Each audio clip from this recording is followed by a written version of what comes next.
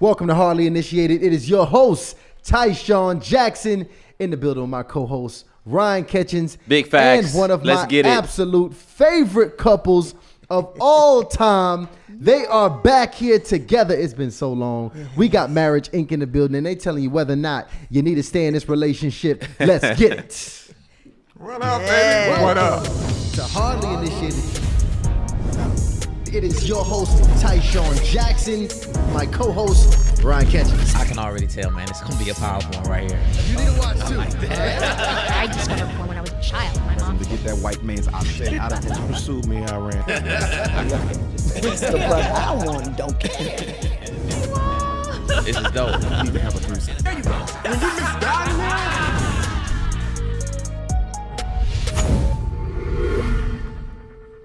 What's up, family? What's up?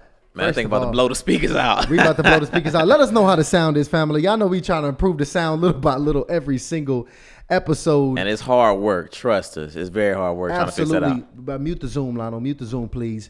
Thank you so much for tuning in here with us, y'all. We got a very exciting episode for everybody. Drop your cities in the chat because this one here, I don't care where you're located. It's about to make an impact because we have one of my favorite couples, one of the strongest couples I have ever met. Many of you know them from the OG Hardly Initiated when we was in that brick basement way back in the day, and they have come back today. I got Shannon and Shirley Austin from Marriage Inc. Welcome back. Thank you. To Hardly You know, we Initiated. love y'all. So We love y'all too. Man, so y'all been around with us for so long. I mean, y'all literally have been into every single studio transition that's been a part of the show. Oh, for real? Yeah. So yeah, y'all seen us, man. I don't even know what y'all would say about because we was crazy. Oh yeah, all our personal life transitions, I'm telling all of the you. studio transitions. Yeah. And honestly, we've been a part of some of you guys' life transitions Yes. as well. For and sure. that's why this is so incredible to bring you guys back here, because I need the Hardly Initiated family to really show up and show out this episode. We're going to show up for you guys because I want you guys to get ready because this episode is for you guys. Should I stay in this relationship? Get ready to come up on here. Y'all know the space that we have curated for everybody. So we're going to keep it raw. We're going to keep it real today. I know how these episodes might even get. Y'all know how we feel about the anonymous calls, but I'm going to even allow you guys, if y'all can't go ahead and put your face out, we're going to let it ride today because it's going to get real. It's that family talk tonight. We're going to bring it up here and open up the hotline. Right. But Shannon, Shirley, seeing you guys' journey has been one of the most inspirational journeys I've ever seen. And one of your marriage has given me probably one of the best perspectives on marriage I have ever saw in my life. I can't think of another couple that has better prepared my mindset for what covenant is and what it means to sign up for. I promise. And Right. I'm not making that up. I talk to Ryan about this all the time. So y'all about to get something very special. And the reason I need y'all to show up and show out is because we got a fighter and a warrior here on set right now. My man, Shannon, is currently in the middle of a battle that we all need to show up for. Ryan, can you please let the family know what we're doing this episode? Because we got to show up big. So guys, we want to actually support Shannon and Shirley in Shannon's recovery journey. And I dropped a link in the description so you can check out all the details. But I'll actually prefer, Shannon, if you give the detail of exactly what's going on right now. Oh, man. Wow. On July 3rd, and it's funny that I remember the date. Cut to the chase, I'm battling cancer, right? But this is my third bout with cancer. First one was in 2016. Second one was in 2021, and now here this year. And I don't remember the dates for the first two diagnoses. The day I was diagnosed. But for this one, I remember it was July 3rd, and I was in a coaching session, and I had to pause the coaching session, Ryan, to actually like vomit because I didn't know what was going on. I thought I had something going on like with a hernia, and Shirley heard me through the wall of our offices. We share offices, split, the two rooms side by side. And she got up immediately when I got off that session, was like, we going to the hospital, we going to the emergency room. And got to the emergency room. I'm a former nurse, so I know the things to say. when I get to the emergency room to be seen. And she had done the research. We thought it was a triangulated hernia.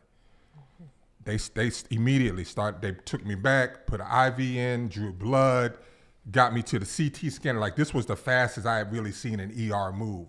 And got back, man. And after some time, and the tests were coming back, and the doc was like, the least of your concerns is a hernia. Wow. Like, they said on the CT scan, it was so small, it was not anything to worry about. But we do have this to worry about, and we didn't know what that was. So they had to draw more tests, do more tests, and by this time they were like, we're going to admit you based off of the lab work. We're going to admit you. And when I saw an oncologist come into my room the next morning, that's when I knew. You already knew what it was. That's when I didn't know what it was, but I knew it was something. And when she started talking to me, and she said the term multiple myeloma, it kind of went over my head. I was like, I kind of heard of that before, but I don't know, like, what.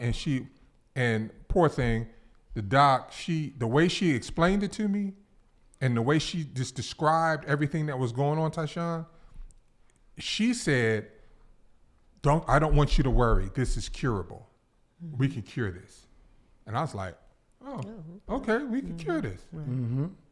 That was her being nice. That was her not having the courage in that moment to tell me that I have something that I'm going to have for the rest of my life, that there is no cure. Wow.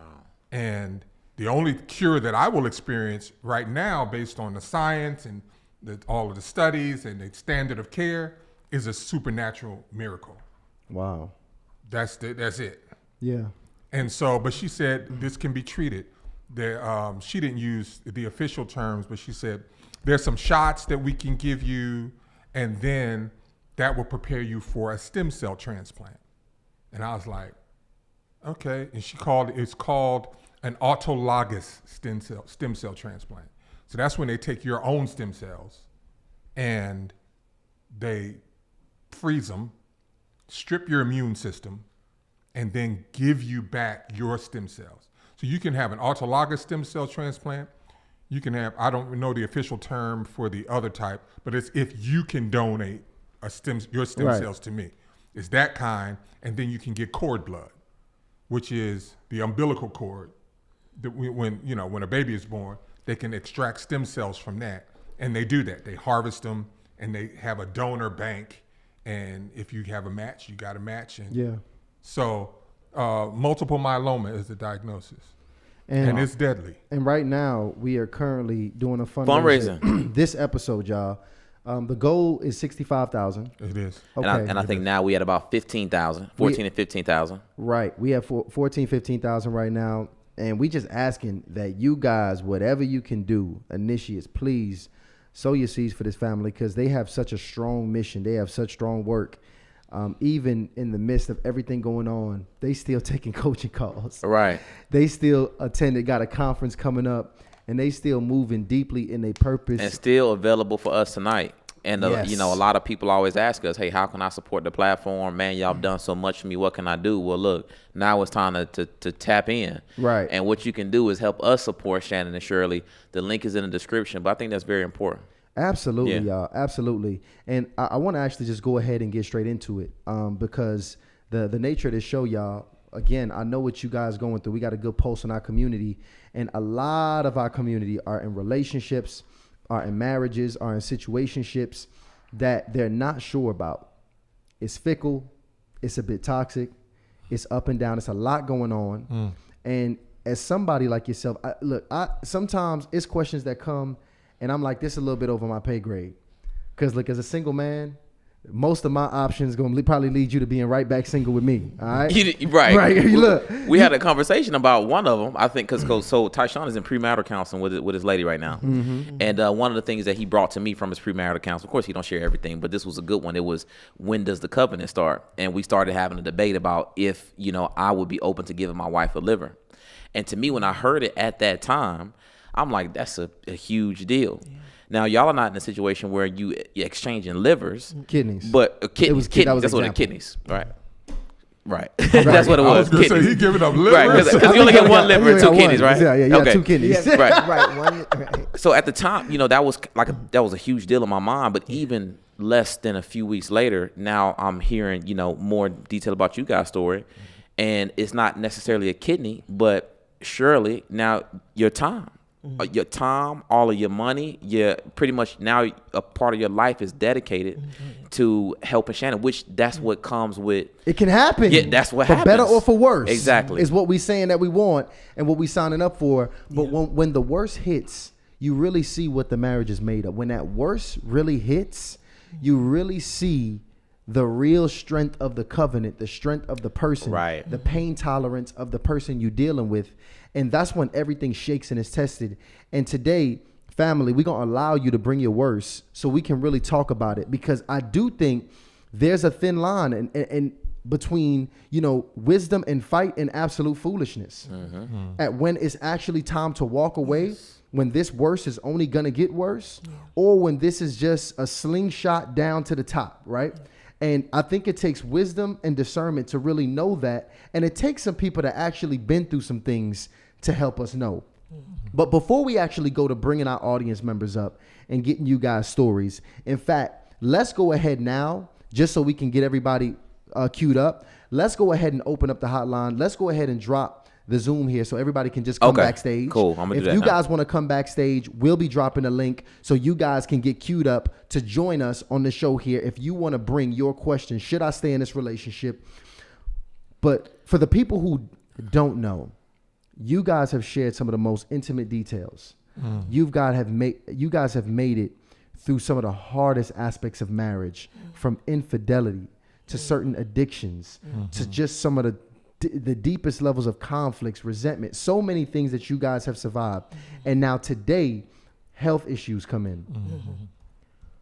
When we talk about surviving those low moments and really determining whether or not somebody should leave a relationship, what made you say that this is something I'm going to fight for, when the average person right now is willing to leave and walk away from marriages so easily in this day and time? Why did you guys stay at those moments in the relationship?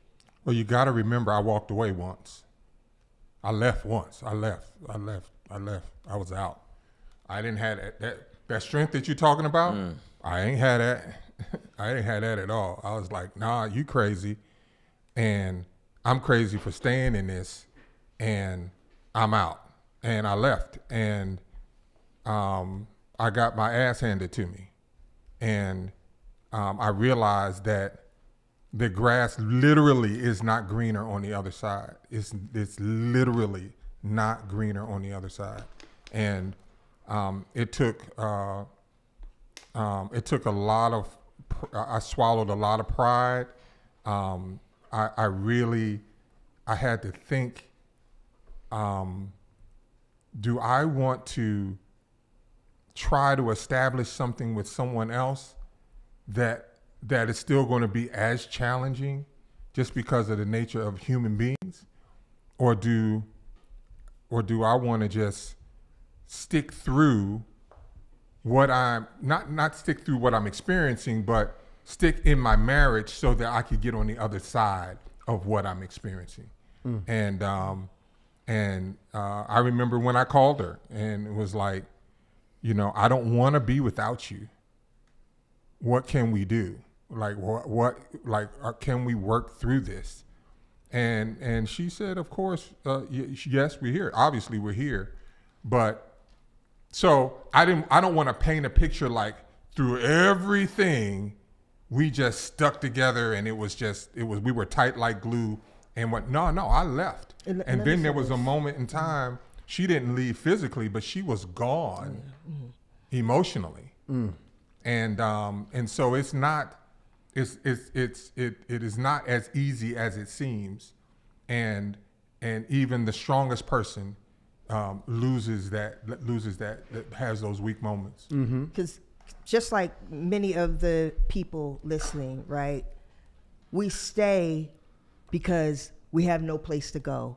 We stay because we're thinking about the kids. We stay because we don't have the money yet, right? So that's what kept us If we had the money, we probably would have walked away.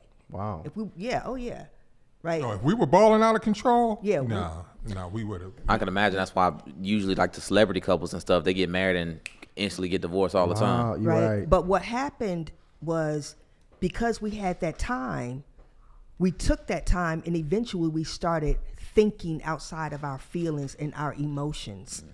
It was very pivotal what Shannon said. Like that ego, he had to put that aside and he was like, dang, like I really don't want to be away from my family. Like I want us to be together. It's at that, everybody has that opportunity, but many don't take it. And that's the problem. And that's why people get divorced. And when they get divorced, a lot of times statistics show so many people are like, dang, I should have just stayed. Because now I'm with somebody else and I'm still having challenges, right? But you have to be willing to just stop and say, you know what? My ego is not worth me losing my family. Let me say this. I am a firm believer, just based off of the talent. I won't lump her in this. Based on the talent, gifts, and abilities that God placed in me as a man to provide for my family, I know for a fact that God kept me from being rich. Wow. I know for a fact. I knew that God said, if I bless this Negro, he will totally jack up his entire life and the life of his family. If I bless him the way commensurate with what he's capable of doing. Flat out. Because if I just forget talents, gifts, and abilities, if I'd have been blessed to win the lottery, I'd have been all in Saint-Tropez. I'd have been in Paris. We had a conversation or something similar about that. Absolutely. I'd have been in Vegas. I'd have been like way out of control. Well, no, I won't say that. But I would have been so far out of control. You know, the common topic now is an out of control Negro. That's what the news is driving. The news cycle is being driven by folks that have been out of control. I'd have been caught up in that. And so it is that serious of an idea that God will use whatever he needs to do. He'll do whatever he needs to do, especially at the core of who you are, if he knows you really want your family. You really, you're not throwing yourself, like the Bible says, over to a reprobate mind. You're not just wilding and just like, I wasn't wilding, I was just hurt. I couldn't understand I'm trying to love this woman. Why don't she want to love me back? I just want to be loved. That's all I asked. I wasn't asking for anything special, whatever.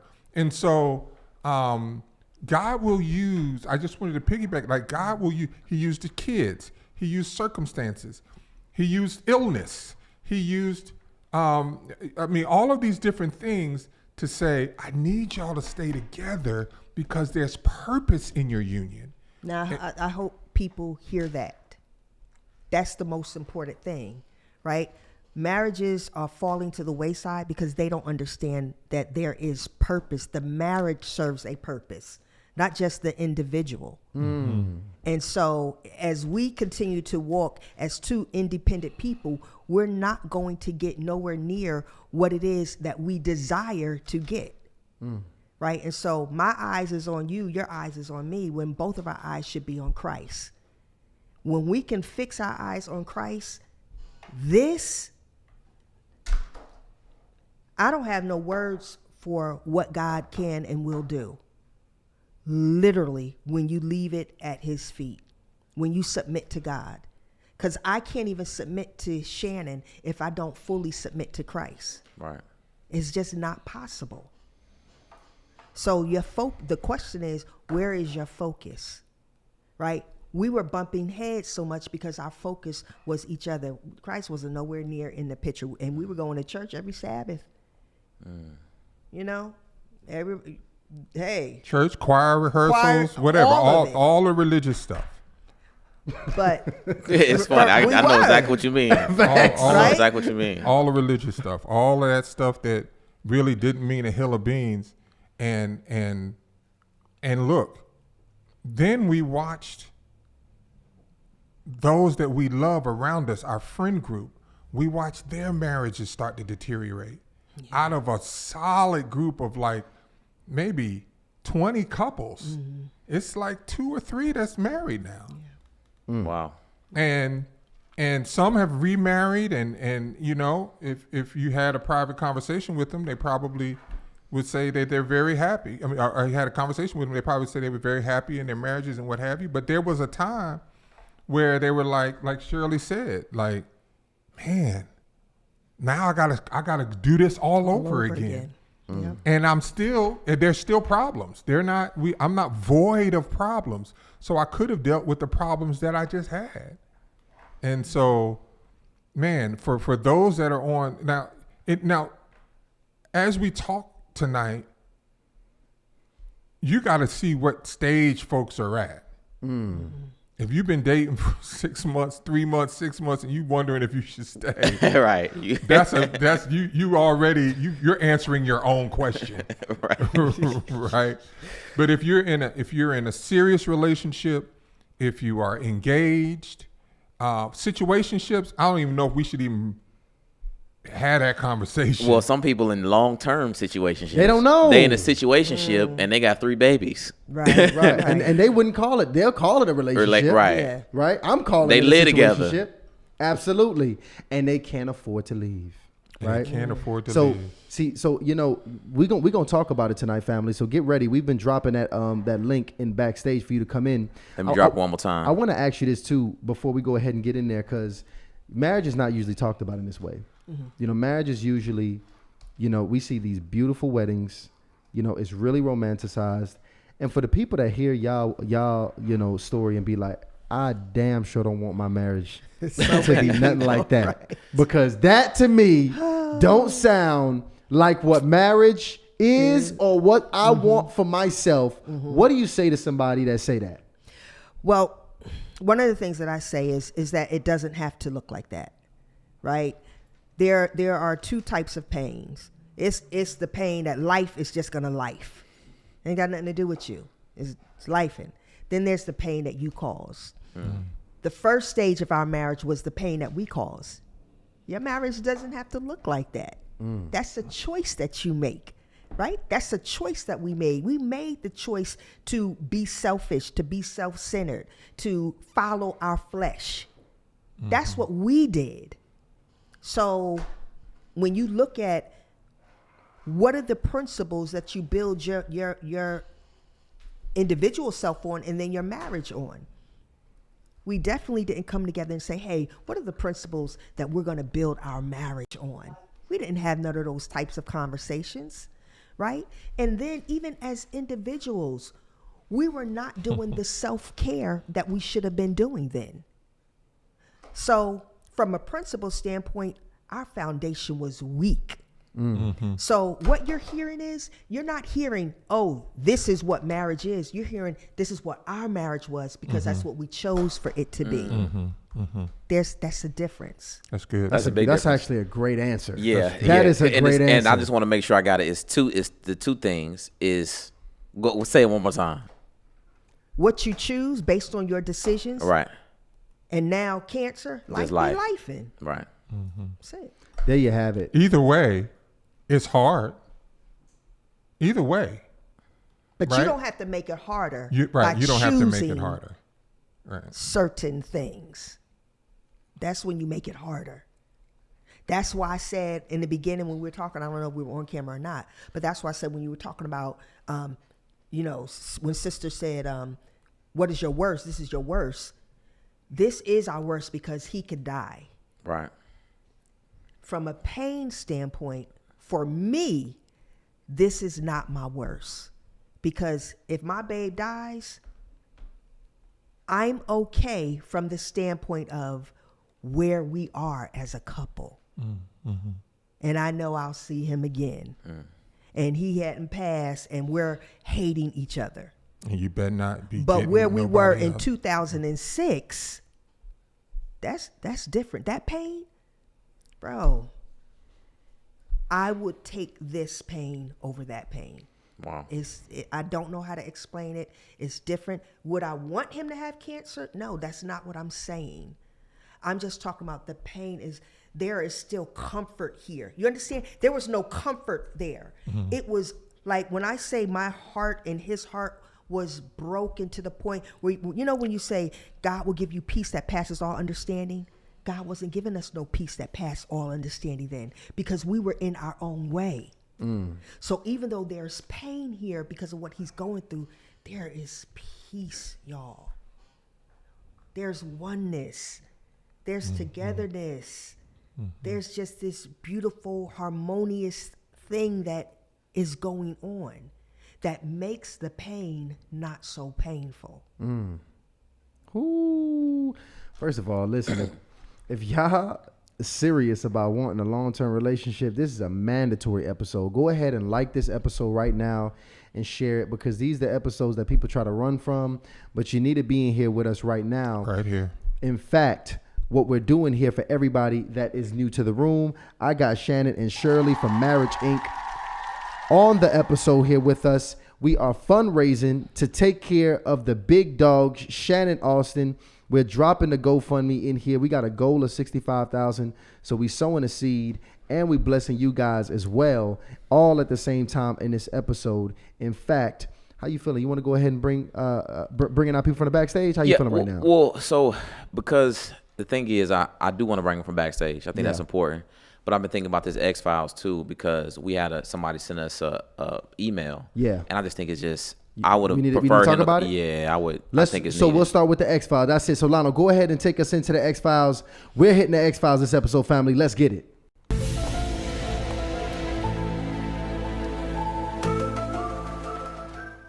And for those of you who don't know, the X-Files is now what we bring you to take your answers, your emails, and bring it to our guests and our experts here. info@hardlyinitiated.com. If you want to send yours in, Ryan. Big Let's facts. read this one. Please keep that brother here anonymous I in will. his request. I'm going to have them gloves next week, by the way, but this one is good. So I'm going to keep this one fully anonymous, okay? Mm-hmm. Ryan and Ty, new initiate here, but I've been watching the show for over a year, and I truly appreciate the content you're putting out. You're definitely shifting the culture in a positive way. I am writing anonymously to seek guidance and support in navigating a difficult period in my marriage.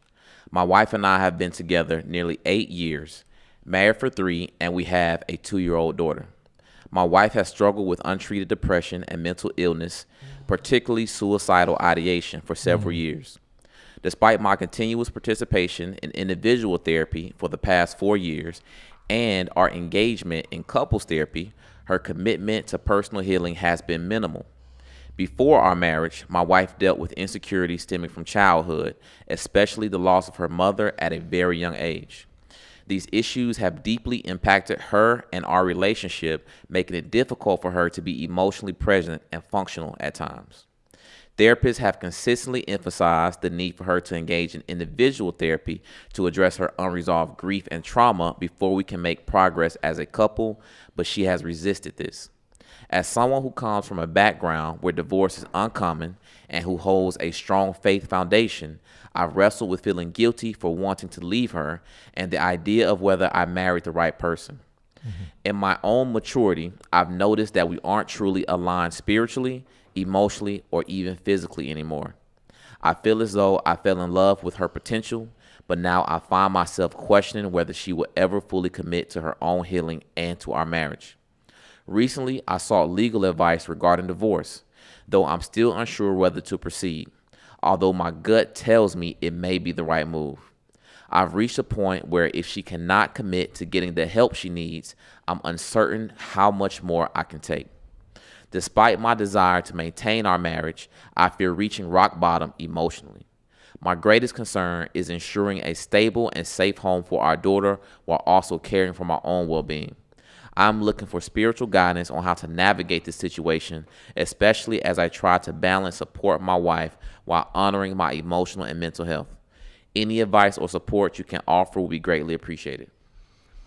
I spoke to this brother. Well drafted message. Let me tell you, so very, just very for clear. additional context, I spoke to this brother on the phone when he sent that message, and a lot of the people that send these emails, we email you back. Sometimes I even reach out and have a conversation, and this is an intelligent brother. Mm-hmm. This is a brother Very who's well doing spoken. very well. He's very ambitious. He wakes up early in the morning. He works out. He's serious about his family. Mm-hmm. Again, he said he never even saw a divorce growing up. And so this whole conversation is really uncomfortable to him.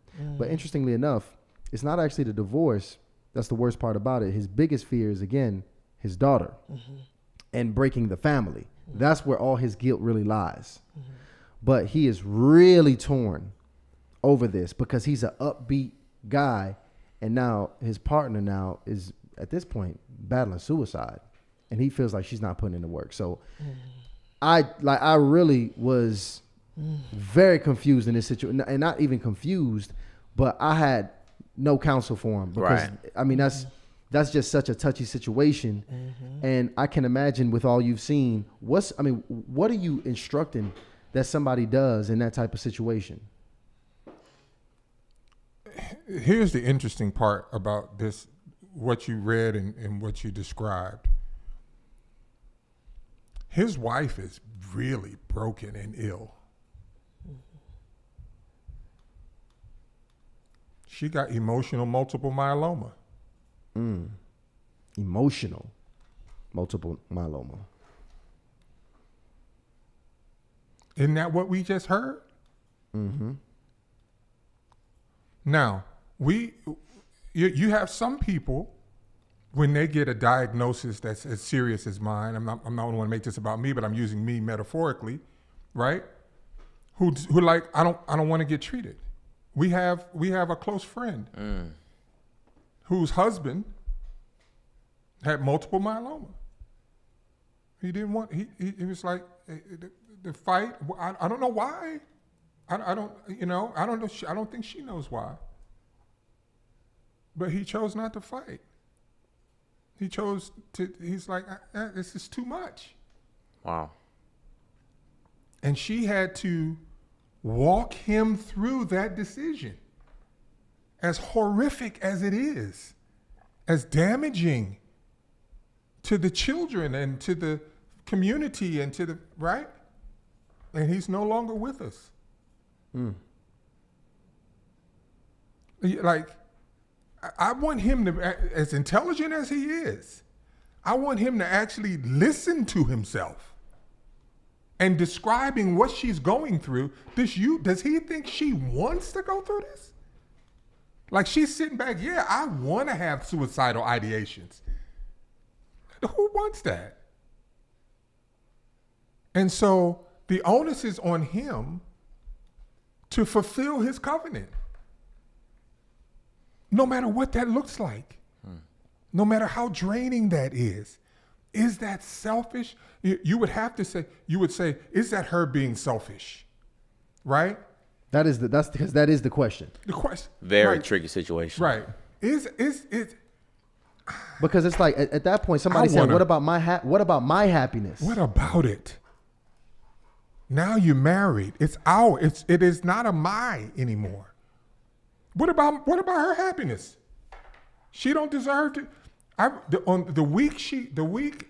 was July 3rd. So that week I got diagnosed. I think, was it the following week or that week? Yeah, that week. She was supposed to go on a trip. She never goes. She never does anything for herself. Never. She's always family first. She was supposed to go on a trip with her girls to New Orleans. They had planned it, and Airbnbs and the flights, and they had been talking about it and talking about it and talking about it. And when that doctor came in the room and told us the diagnosis, immediately she knew what she had to do. Wow. No, it was, matter of fact, she was still planning to go because my sister came and she was going to be with me, right? And then we found out I had to start treatment immediately. We had gotten a bone marrow biopsy back and we found out what it was, like it was Right. confirmed. And we had to start treatment. She was like, girls, I can't go. They texting her, She's seeing Facebook posts. Now that might seem like it's small, but when I say Shirley does not, she always is worried about everybody else. She never takes care of herself, for real, for real. You have to force her. When she canceled that was her saying, I have to forego. Now my sister was still here. What you gonna do? You gonna send your husband to start cancer treatment and going through all this, and you down in New Orleans yucking it up with your girls, right? So her life had to shift in that moment, and so, you know, I hear the brother with the, you know, I feel for him. To have to even be living in the fear of suicidal ideation, that's fearful in and of itself. Yeah. Right. Yeah. That's a torture in and of itself. To wonder, you know, will I come home one day and she gone, or she done took her life, or will my daughter find her, or all these different things. But this is his worst. I want to ask the audience really quickly, real quick. Let's drop a poll, and I want to. So, should he stay in that marriage? Yes or no? Because even the chat, I'm seeing it's a shout out to, I think her name is Renata Burns here. Go ahead and join that membership. She's saying, I disagree. My piece over everybody. Well, interesting. And he's anonymous, so let's just call him Mike. Let's call him Mike. Let's call him Mike. Let's call him Mike. And I think there's a lot of people. So I want to know what the chat is thinking on this one. Would or should he stay in this marriage? Again, this is my brother Mike, who has a wife who's currently battling depression and suicide, and he feels like she's not taking the necessary steps to heal her mental health. I want to go ahead and bring you in, and I have a question Which is right after that. Okay, go ahead, Shirley. I want to, you know, I'm sure most people will say leave, right? But if they were battling depression, they wouldn't say that, right? But I want to add this. One of the things that stuck out to me that Mike said, he talked about the safety of his child, right? So for me, that is hyper important.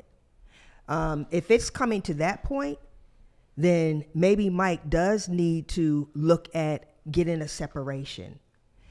That's something that he can do. Mike can also look at doing an intervention. So getting the family members, you know, who he trusts, who knows that they have the family's best interests at heart and wants the wife to go get help. They're not scared for her to go to a hospital. Some people are like, nah, I'm not. I don't want her to go to a hospital. She ain't crazy, right? But no, it has nothing to do with being crazy. She's sick, and this is real, right? So, Mike, you could do an intervention. If you all are afraid, then you should think about separating. You and your child going to another space. Now let me pause that right real quick. Also check the laws in their state, because you can have someone committed if they're a danger to themselves or to others. That's a thing. So you have 3 options, Mike, that you can look into. But because of the covenant and because of the seriousness of what she's going through, leaving should be the last thing. I mean, that is, what was the sister's name you said? I want to speak directly to her. The sister you said said my piece is her piece. more important. Renata. Renata said her piece over everybody. Over everything. Does Renata have children? I'm wondering. Because children can disrupt your peace. Children can unequivocally screw up your peace. But somehow we find the patience and the long suffering and all of the things necessary to walk our children through life. Good, bad, or indifferent. How many mamas got kids in jail and what have you? And they still, now sometimes you got to be, baby, I can't give you no money because you're a crackhead. Like, you know. Right. But come on, man. At what point in time do we consider that it's not about us? We are a part of, because if you were alone on a deserted island, you could have all the peace in the world. But will that be a meaningful existence? No.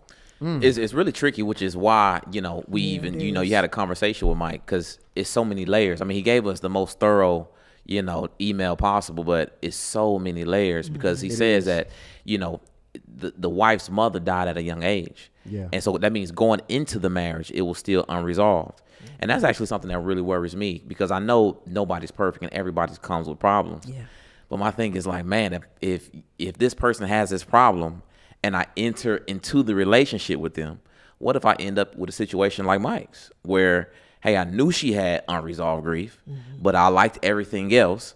But now now I'm 8 years in, 2-year-old baby daughter, and this grief, unresolved grief, has now, festered into something that's really out of control at this point. He said, just hint, by the way, he saw mild signs of depression during the dating.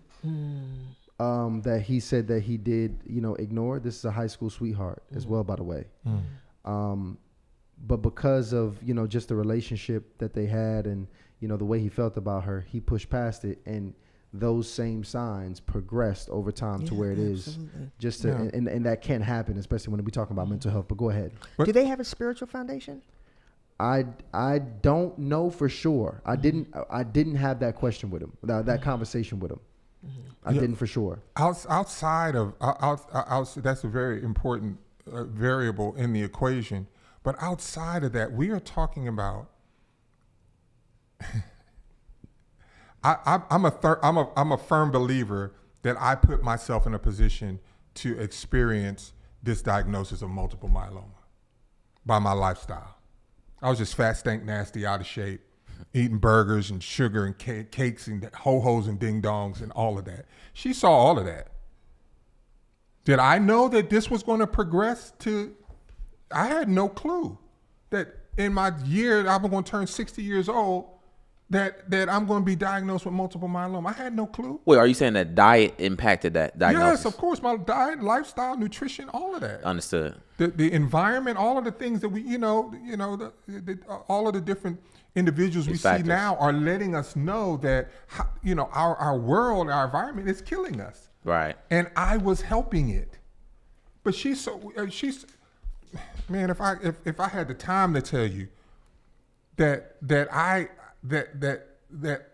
she is sticking with me, even though I did this to myself. I could have changed. I had 2 previous cancer diagnoses too, and I started changing, and then to change, I started back eating burgers and going to nut and bundt cakes, and in the meantime, while I was experiencing pain and back pain and feeling tired and out of shape and not all of these different things. And so to say that she experienced, he saw something, and he just, you'll never know if somebody it doesn't deal with unresolved trauma or unresolved grief. You don't know what that'll progress to. She had no clue. If you had a conversation with her, she would probably say, I don't know what to do. I'm afraid. I'm deathly afraid. If you could have saw, I keep referring back and forth to my diagnosis, but it's just glaring for me because people don't look at emotional and mental health as serious as they look at it as a cancer diagnosis. They don't. They don't see it as the same. My question is this, and I think everybody's thinking this though, but how long do you suffer? How long do you stay in a place where you don't experience whatever your version of happiness is, and you also feel like your partner is not doing their part to mend that mental illness? What's the rules on that? Because that's where it gets gray. Because I'm all for weathering the covenant. I don't even want to have a woman that I'm getting in a marriage with talking about divorce, no matter how bad things get. I'm all for it. But how long do I really stay in pain? This is the thing about mental illness, though. We act like somebody could be like, hey, yeah, I'm going to go get help today. It's mental illness. That's why sometimes you do need another party to really push that forward, because you don't have the fortitude, you don't have the energy, you don't have the wherewithal to even begin to get the help. So that's why Mike needs to get in the driver's seat and be proactive about, okay, enough is enough. This is what we're going to do. Right? Like Shannon said, can you, what is it? What is that law called? Well, I don't. The laws are different in the states, but you can have someone committed.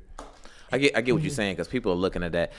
Let's close out that poll too, Ryan, as well. And guys, well, the thing is, I had to restart the poll. So I restarted the poll, guys. Only been up for 4 minutes. I want to leave it up for a couple minutes. Should Mike stay or leave the marriage? I got stay or leave.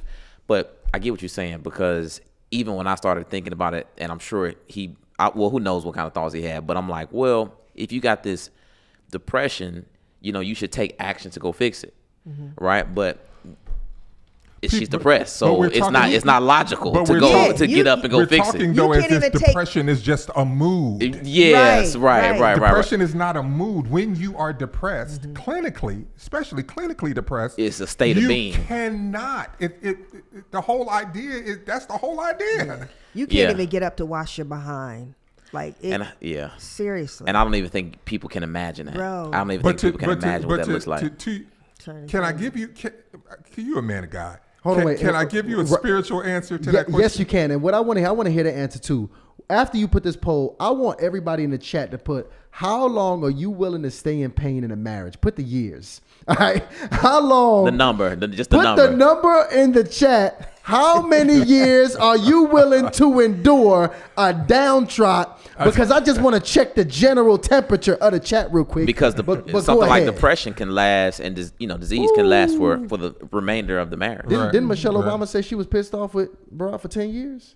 She went 10 years being pissed off? Yeah. I think that's what I'm pretty sure that's what she said. Yeah. Judge Lynn came on here and said 5. Yeah, I mean, pissed off every day. But it was no option for her. I mean, you married Barack, you married to the game. I mean, it's always an option. Yeah. It's always an option. Yeah. Whatever. You know what I'm saying? But go ahead. So what does the Bible say about forgiveness? When Christ was asked, I forget who asked him. I'm not a chapter and verse guy. Yeah, I think it was Matthew. I think, was it forgive 7 times 70 or something like that? Like, what's the math on that? A lot. A lot. Like how? Like that. But the answer was so absurd. It was. Basically, God is saying unlimited. The number that's relative. Forgiveness was 70 times 7. Yeah. 7 times 70. 70 times 70 times 7. Yeah. So, but you know what? Do you know what that means? That means you forgive based on how you want to be forgiven. Right? So what happens when you are in a situation? What happens when you are depressed? What happens when you go through, losing your job and COVID or losing a loved one and all of these different things, and you end up in a state of mental health? What would you want to be done? Is it all right for me to leave? Is that all right?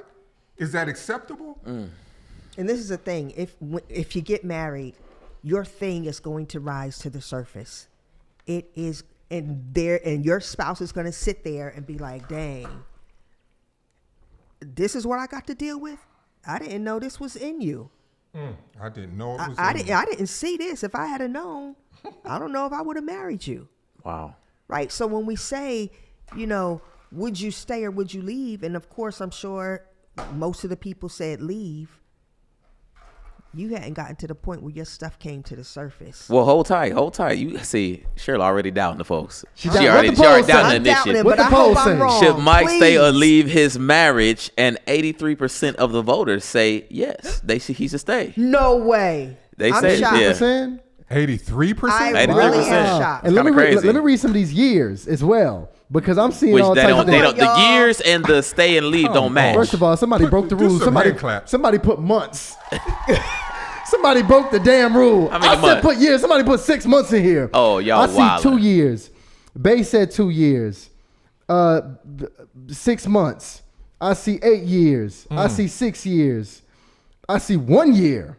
Wow. All right, it's right. Hey, Rasheed said, good question. Some of these women are trifling. Rasheed, go ahead and join the membership. I Right. need this brother here all the time. Now, this is an interesting one. You got Georgia Princess says, I did 3.5 years until I became too depressed. Now, that's the thing, too. You can stay in it so long. Now you have been dragged to depression. That is true. Wow. That's why we have to be proactive. You know, right? If you see somebody's not doing something, you don't just, after a while, you really have to get up and be like, okay, let me do something before we both in the same boat. That's what, so once again, I'm not going to dominate this conversation with my diagnosis. She came out her office with a swag that I had never seen before. Normally, I could talk her out of anything. Babe, I'm good. You know, let me wait. I had been doing that. Because I've been saying, babe, we need to go to the ER. And he would be, and I'm like, okay. She came out that office and was like, get dressed. Let's go. We're going to the emergency room. If and not, in it's my going to be mind, some problems. I knew that there was going to be a problem. In my mind, what I heard was, let me walk as slowly. I was moving real slow.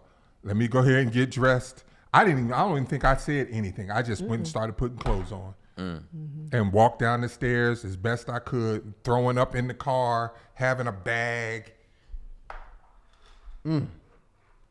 She was not having it. And right listen, now. this is the crazy thing. Shannon his blood was 90% cancerous at the point of diagnosis. Wow. So imagine if I wouldn't have said anything and just would have just kept on letting him talk us out of going to the ER. Oh, it'll go away. Because the pain would come and go away. That was the cycle. So imagine if I didn't put my foot down. I don't know if he'd be here right now. He was already at 90% in July. I'm still sick, but I was very it was when we started getting the numbers and there's one particular number called light chains. They're in everybody's body, light chains, and there's two different types, kappa and lambda. My lambda light chains, the normal value is like 5 to 26. 5 to 26, right? Mine were 5,000. Yes. Mine were 5,000. Yes. And you got. I was very, very sick. Yeah. So, guys, what I want y'all to do again, because just so y'all know, for the people just coming into the room, we got Marriage Inc. in the building. The marriage that has made it through just about everything, and currently, right now, they are battling. What stage we in? Oh, it's not a stage. It doesn't. It doesn't stage. No stages. There's no It's stage. not And it's like that. multiple myeloma. Multiple myeloma. Myeloma. We are fighting it, y'all. We have a GoFundMe here. We got a fundraiser going because we need to keep this marriage alive, because I love what you did say. It's not always about the individual purpose, but the purpose of the marriage is so important and it's so slept on. And even that's just on so many different levels. Even when I remember when my parents got divorced, it's just so crazy because we were the family. My mom, she was the life of the party. My mom was the host. My stepdad, who really was the dad I grew up with, he was the DJ. You know, we had a house in Atlanta, and all of our family, the family in New York, the family in Florida, because of my family and that marriage, we were the home that was able to bring everybody together. So every couple, every few times a year, it was almost like a little, like a hood family reunion, because everybody was able to come in. We was able to keep up with everybody. We was able to stay connected. We was able to see the kids grow up. We was able to maintain a relationship with everybody. As soon as that marriage died, relationships died. Yeah. I literally lost relationships with family members. I don't know what's going on with them. I'm not keeping that going. I'm only like 15, 16 years old. I don't have the strength to do that. Delano at the time he's like 7, 8 years old. He doesn't have the wherewithal to call all of these people and keep it going. When a marriage dies, so much dies behind it. And I love the concept of the purpose of the marriage, because a lot of time that part is so overlooked, and so many people are affected by it. And let's see if we can keep healing the people today, because we bringing the people up backstage. Okay, so you guys, we dropping the links. Should I stay in this relationship? We asking you questions. Big shout out to everybody that's coming backstage and asking you questions. Yeah, go ahead and hit that hotline. Let's get it popping. There you go.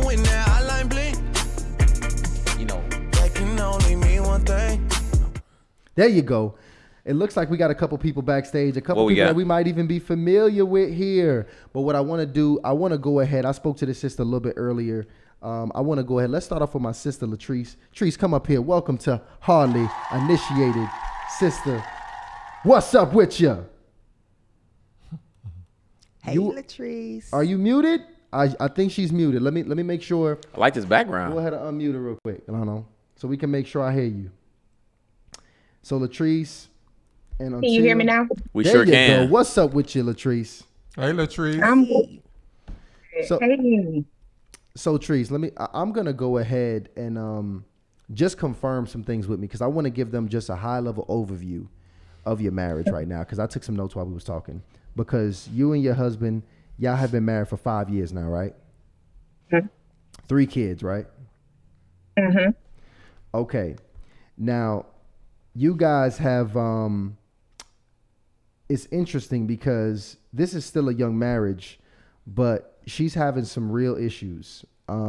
Just a couple weeks ago, her husband came home from being gone for quite some time. And it's been the problems have been slowly progressing over time. And I think about 3 years, it's about because you guys are 5 years in. I think around year 2, things really started getting bad. Latrice pretty much caught her husband being involved with pretty much an infidelity. So infidelity is a big issue right now. And correct me if I'm wrong, Latrice, you think right now that he might even currently still be, having some relationships as we speak right now? Yeah. I'm hoping not, but yeah. Okay. And just for context, he just came back home a couple weeks ago. How long was he gone from the house? This last time he was gone a couple of months. He had left back in July, and then before that, he had only been home 2 months when he left in July. And prior to that, he had been gone for quite some time. He did come back. It's just been back and forth. So I'm trying to keep up. no. I get it. So he'll leave for a few months at a time, and he'll leave you at home. He'll leave you at home with the babies. Mm-hmm. Okay, and you really don't know, not much contact while he's gone. He just disappears. He doesn't really give you much contact as well. Nope. I can reach out, and more than likely, I'm not gonna hear from him. It may be like the next week. I might hear from him, if not 2 or 3 weeks go by. What is it that you think he's dealing with to have those kind of repeated actions? Honestly, I don't know, and I've been trying to figure it out. What does he say? When he leaves, he says what? He claims he's leaving to get himself together. I don't think that's what it is because, of course, he comes back and then I gotta leave again to get myself together. Has there been any history of drinking or drug use or anything of the kind? That's what I was getting ready to ask. Yeah, drinking. He had gotten to the point where he was drinking a lot. He didn't consider himself an alcoholic. I absolutely did. But there was an issue back in February. Yeah, back in February. And so now he can't drink because he's like on probation right now. So, other than he is the father of your children and you love him, what makes you take him back each time? That's about it. That's about I don't want to fail at my marriage.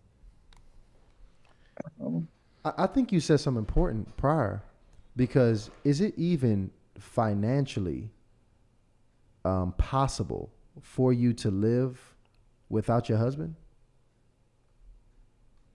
At this moment, no. If it were No. financially possible to live without your husband, do you think you would have left? Yeah, absolutely. Honestly, Absolutely. honestly, you would have. Mm-hmm. As it is right now, I have my papers. Um, he came back and it's just pretty much the same stuff. He telling me he wants to be here. He wants us to work.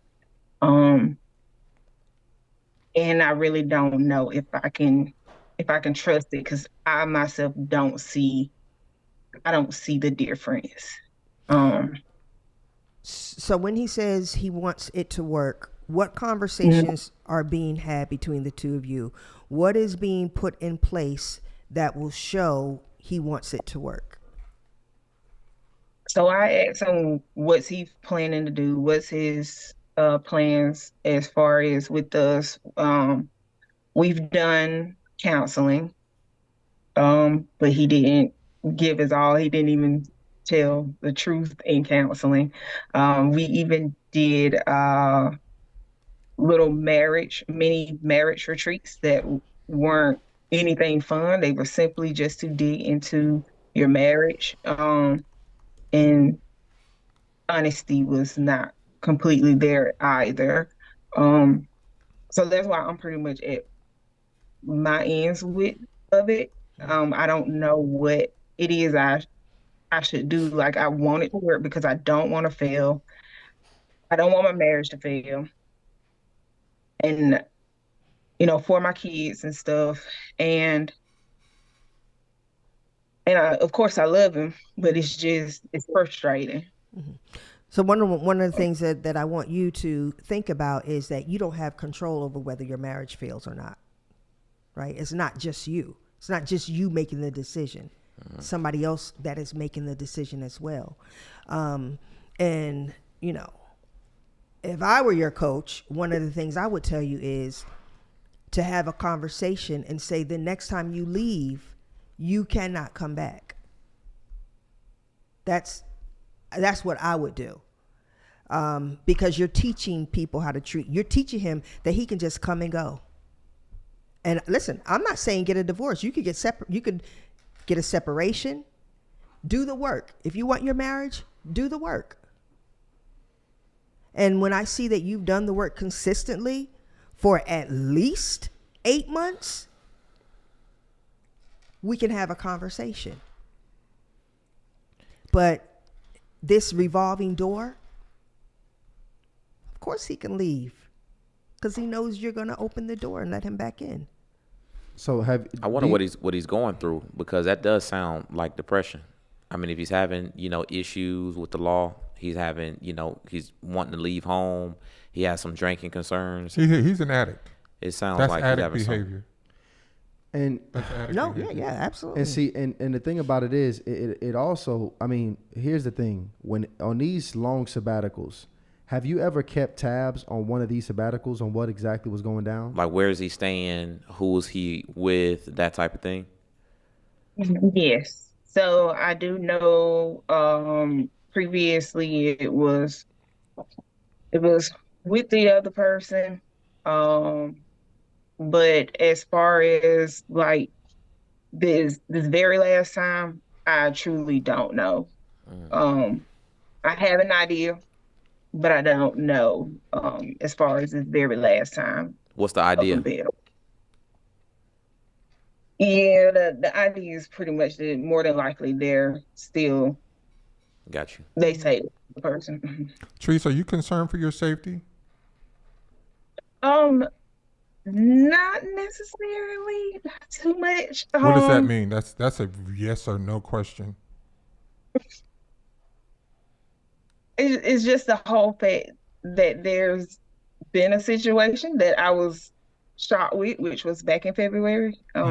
That I was actually shot with, just the way that he acted, because he has never ever, through dating or any of that, no matter how upset I've seen him, um, I've never seen him get the way that he did. And What prompted that? What made him get that upset? um, he was out drinking, came home, had been drinking. Um,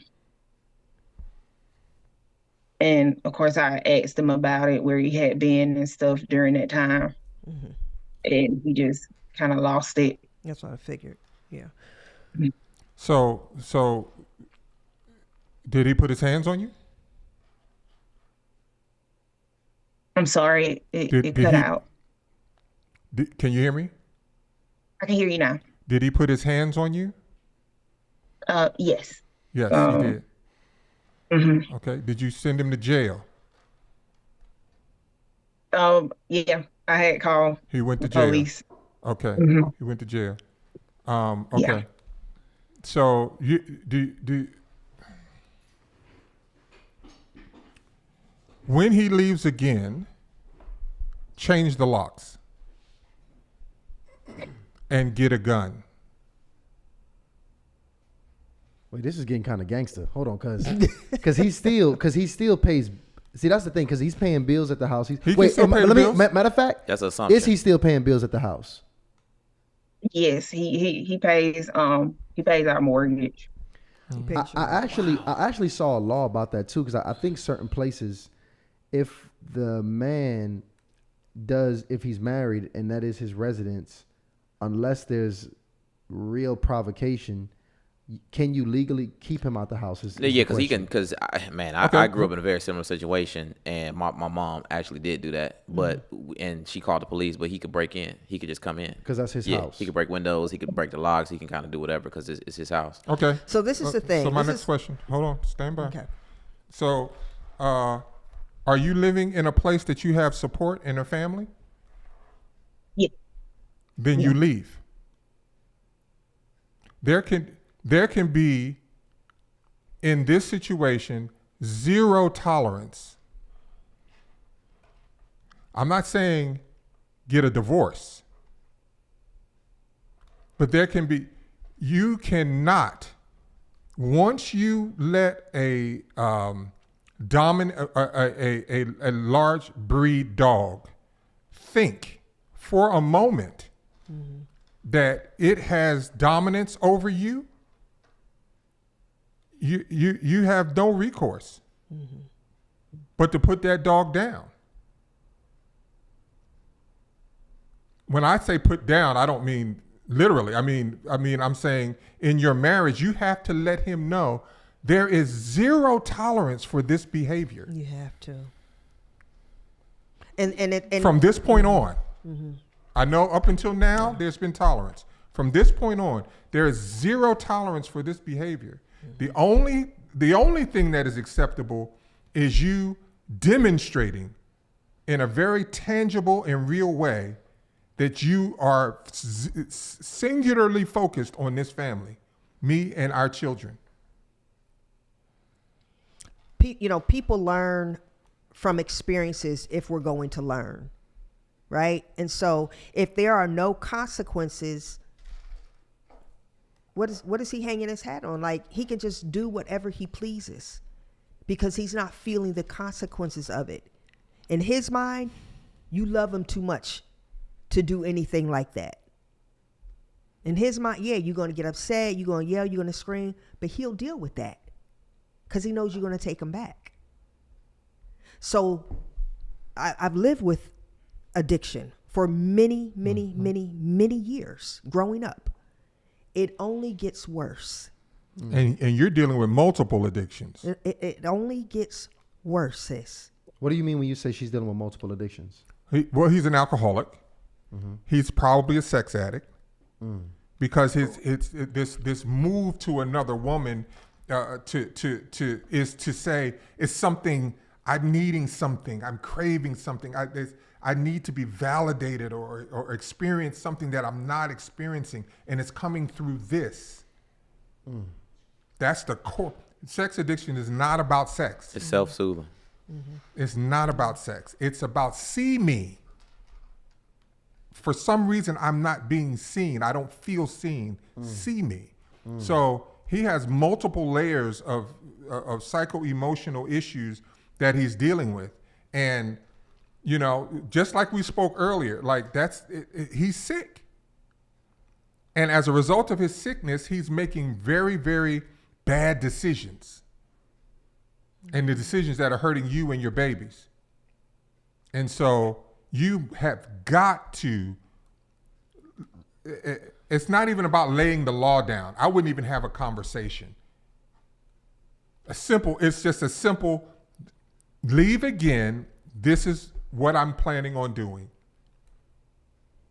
And I'm curious to know, because he recently came back home 3 weeks ago. What does he, like, does he come back home and say that he's changed and he's never doing this again? Or does he just kind of go back to being the same person that he was? Pretty much the same person that he was. When he comes home, he doesn't even say anything. He walks in like he's been here the whole time. Of course. Because then it's me who tends to just initiate like a couple of days later, asking, "Okay, so what's going on? Wow. Are you what's supposed to be going on?" But this the last time I did it. He actually came to me, and a couple of days later, after he showed back up and was stating that he wanted to work in And see, this what is he's the thing. played, everything. I'm sorry, Treese, but what I just thought about in my mind, because I was the oldest growing up in the house. So when all the trauma was going down that I experienced, I was the one that was really picking up on everything that was going down, even more so than my younger siblings. And I know you got a 17-year-old son, right? At this point, I know that he has sense to see everything that's going on. Has he expressed to you how he feels about what's happening in the house? Yeah. Once or twice, he's really, really quiet and to himself. So that's why I check on him a lot, just to, you know, be sure he's getting it out. But just once or twice, he stated that he would like me to leave. He's like, "You need to be dealing with that, mama." Um, So the other two children, how old are they? 2 and 10. 2 and 10. 2 and So 10. the 2-year-old is your husband's. Mm-hmm. Yeah. Yeah. That's a heavy situation. That is a very heavy situation, and I know the thought of doing something that would cause you to not be together is painful, but you have to choose your pain. It's going to be You painful have to. regardless. It's going to be painful either way you go. If you stay, the fantasy that you have, it's not going to play out in real life, because y'all are partnering together to create a healthy union, right? And a lot of times the hardest thing to do is typically always the best thing to do. But I will say this, many times the hardest thing to do, you get what you want, but you got to go through the hard, right? So if he truly wants his family and he sees, dang, like, she done moved in with her family, or she locked the doors, she changed the locks. These are consequences. I've never experienced this before. This is unfamiliar to me. She's serious this time. If he wants his family, he'll do what it takes. But listen, if he doesn't, you still win, sis. I hate to say that, but you do, because you can't see that right now. But you still win if you work on you getting yourself together and you move into a healthy space and allow God to choose your partner for you. Like, you and God partner together for what your relationship should look like in the future. When he comes and goes, when he comes back, are you sexually active? Yeah. Shut that down. Shut it all the way down. All the way. That's not a This right. last week, I That's haven't. not. That's not a right. Sorry. That's not like food, right? You cook him a meal, but that right there, giving up the most intimate and precious parts of you, When you've been over here getting it from somebody else. and I mean, sis. he's putting you in danger, Yes. right? He's putting you in danger. You don't know. If nothing else, for your health and your life, you can't. You got you before you touch this again. You got to get all manner of testing. Period. Like, there are things that if he wants his family, that's a conversation, and then You need to see certain things. It's not about what he says. It's From about now what he, on, yeah. it's about what he does. Definitely. Period. You're not listening to, I want to change, I want my family. Okay, we'll show. It's handle your about what business he then. does over time. Yes, over time. And that's going to take a discipline on your part, because you're going to want to say, "Oh, he's doing better." A month in, he's doing better. He's here. He's focused. Nah. Anybody can do something for a month, 2 months. Yeah. You want to see consistency. Yeah. We are. This is a hard. It's when Tyshawn was describing your situation, what have you. This was hard for me because we are not proponents of divorce Not at all. Mm-mm. But we are not proponents of abuse either. Right. I think it seems like, because that's why I love Marriage Inc., because I know for sure they're not going to be the ones to tell you to run up out of no marriage. But I think when it seems like when we start getting to the layers of abuse, that's when we really start considering divorce as a serious option. If nothing else, separate. Because listen, abuse, just because somebody's abusive doesn't mean that they can't heal and grow from that. It doesn't. Is it hard? Yes. But we've seen it. We've seen people heal and grow, and they've never abused their spouse again. It's out there. It exists. But it's hard work, and you have to put in the work. You got to put the work Right? in. So that's why we say, listen, separate.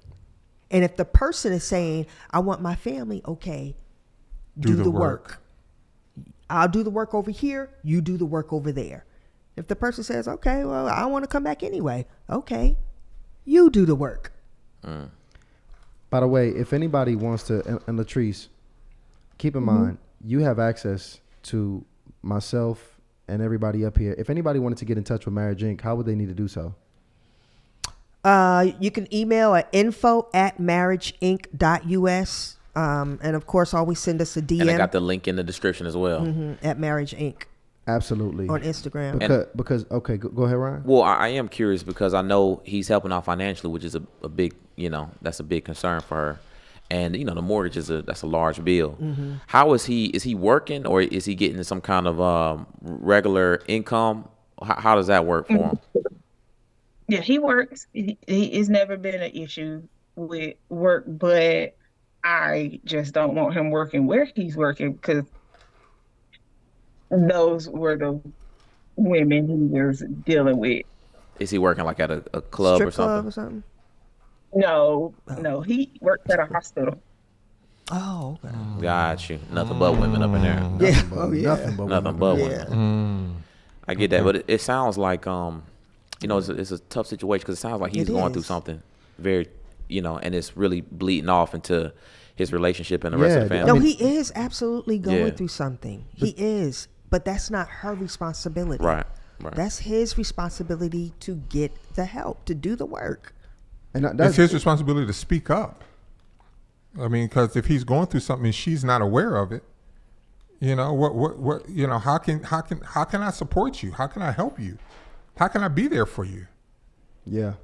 So, okay, let me ask you this, because the likelihood that man in that condition watching a show like this is highly unlikely, right? So, but you have these women who are in these relationships who really want to support their man and help them along the way and at least point them in the right direction. So what does a woman do? I mean, outside of the things that you already advised her in terms of protecting herself, is there anything that a woman can do to encourage her man to seek some help, or to go about things in a different ways? Anything that she can do? Or is it solely up to him to, however he does it, get the picture and start taking action? If I could say this, and it might sound, it sounds like a cliche. It sounds like a cliche, but I can only talk about my experience. Prayer changes things. It might seem like it's empty Christian mumbo jumbo, but prayer changes things. You have people that are literally alive today because they had praying mothers. But what got you to, because I agree, prayer does change things. Right. But what got you to the point that you was even open to prayer? What was the catalyst for it? Well, for me, it was the likelihood of death.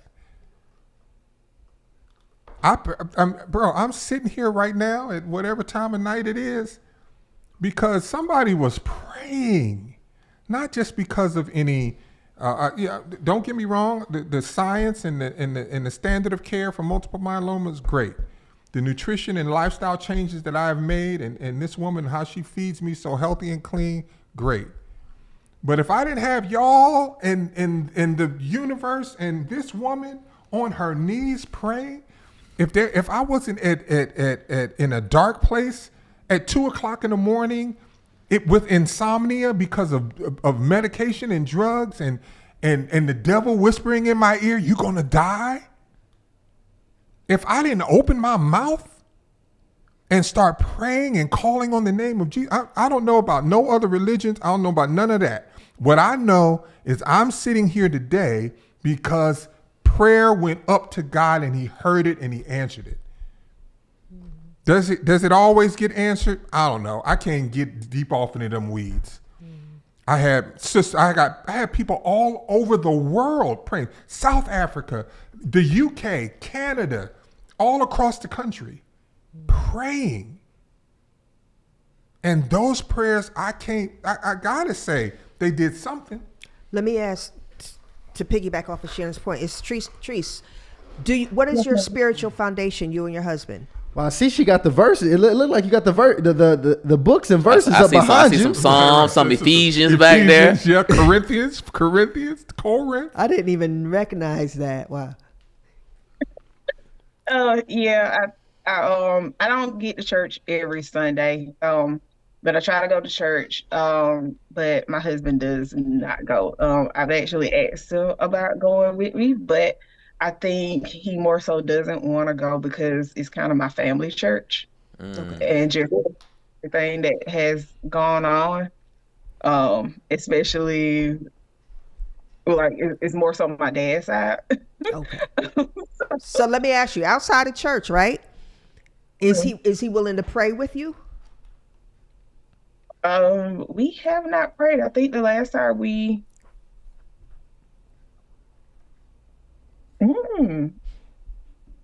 I don't know. So I can't remember how we prayed together. I'm jumping in right after you. Like what Ryan was, asking, like as a woman, what can you do? Pray with your husband. First of all, pray over him. Listen, people say how long are you supposed to wait for stuff? When it comes to spiritual alignment, I waited 27 years. Wow. And it still is not, but it's way better than what it was. You said you waited 27 years? Yeah. Shannon and I, we about believe patience. we believe in the same God, but what that looked like for us is extremely different. So for me, there were things lacking spiritually because he was not covering me. And so that was problematic for me. Lean into the mic, baby. That was problematic for me, right? And so, but what I would do, Shannon would be asleep, and I do like this, honey. I'd be praying, Lord Jesus, I would be praying. You hear me? Praying over his mind and his heart, his body, like just praying. And so that was one of the things that I would do. And then every once in a while I would, be like, hey, babe, can we pray? So I'm saying to you, one of the things that you can do while you all are still in the house together, ask him, babe, do you mind us praying together? See what he says. Treese, I got something for you. You ready? Yes, sir. You sure? Yes, sir. Okay. I'm ready. And I heard something interesting about Genghis Khan today. An emperor over in the Asian region of the world years ago. And have you ever heard the term siege warfare? Yes, I've heard siege, laying siege. So what happens in siege warfare is an army comes, and instead of attacking the city, what it does is it surrounds the city. and it cuts off any ability for all the things that the city needs to survive. It keeps it from coming into the city.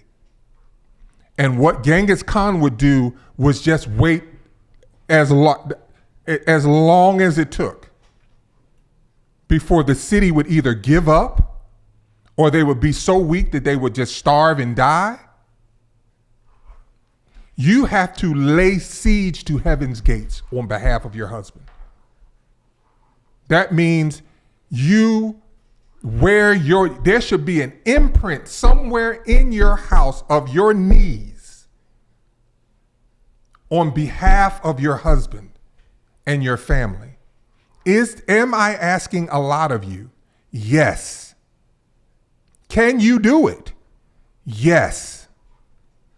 But if you are not wearing out your knees on behalf of your situation, your family, your husband, you can't ask nobody else to do it. Nobody's coming to save you. That is on your shoulders right now. And I'm sorry, baby girl, that I have to be the one to be the bearer of this news. That's great news because it's not on your shoulders. It's actually on God's shoulders. There it is. But you do not, you gotta, it has to be, God, I'm not going to let you go until you give us victory. So you're going to keep hearing my voice. You're going to keep hearing my cries. You're going to keep hearing my tears. You're going to keep hearing my pleadings until you change this situation. Period. Oh my. That's how you have to approach it. And to add to this, I want you to thank God in advance, right? So we've given you options. You could put the locks on. You could go live with your family. you could get on your knees, right? You have options. That's what we do. We don't like to tell somebody. You don't have no option on the knees, right? But right. Regardless, you got do that anyway. Yeah, you got to do prayers, that. desire. But my experience, when you go to God, I already go in thankfulness. I already thank God for healing Shannon's body. I already thank God that he's cancer free. I already thank him. So have that belief, have that faith.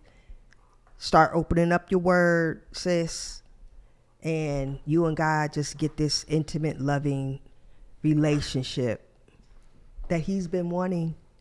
God's been waiting for you. So Treese, what I need you to do from here is you have my contact information. You also have, and everybody in here has Mary Jane's contact information.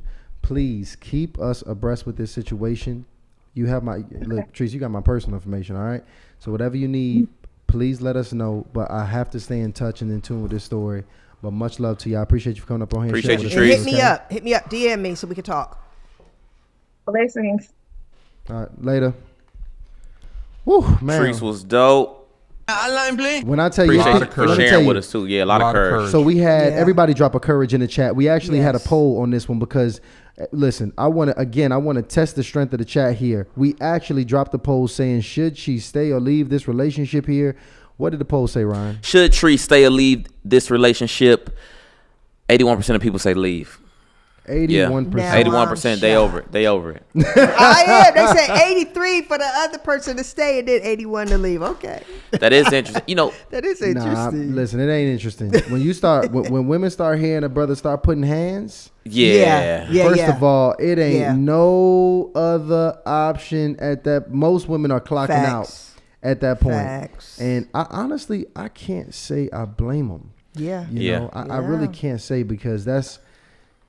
And, you know, I understand things happen, man. And people that have made it years through marriage, they got some stories. Right. They got some real stories about some things they made it through.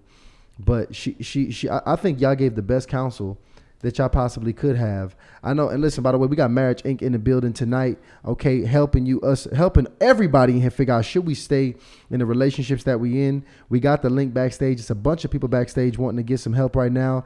We are also having a fundraiser because we got to get the warrior himself, Shannon Austin. We got to get this goal of $65,000.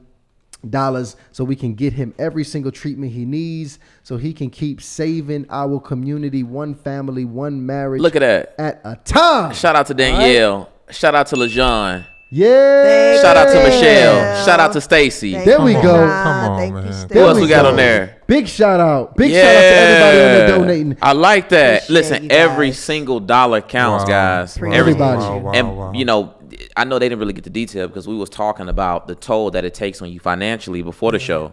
And it's just things you don't even think about. Like when you mentioned about the treatment happening in Nashville, y'all live in Atlanta. Yeah, You got to be in Nashville now. we have to be in Bro, there. do you Right. know how 6 much to 8 weeks. 6 to 8 weeks and in a I'm- whole nother state. I'm not begging nobody for anything, but you know how expensive it is to eat clean?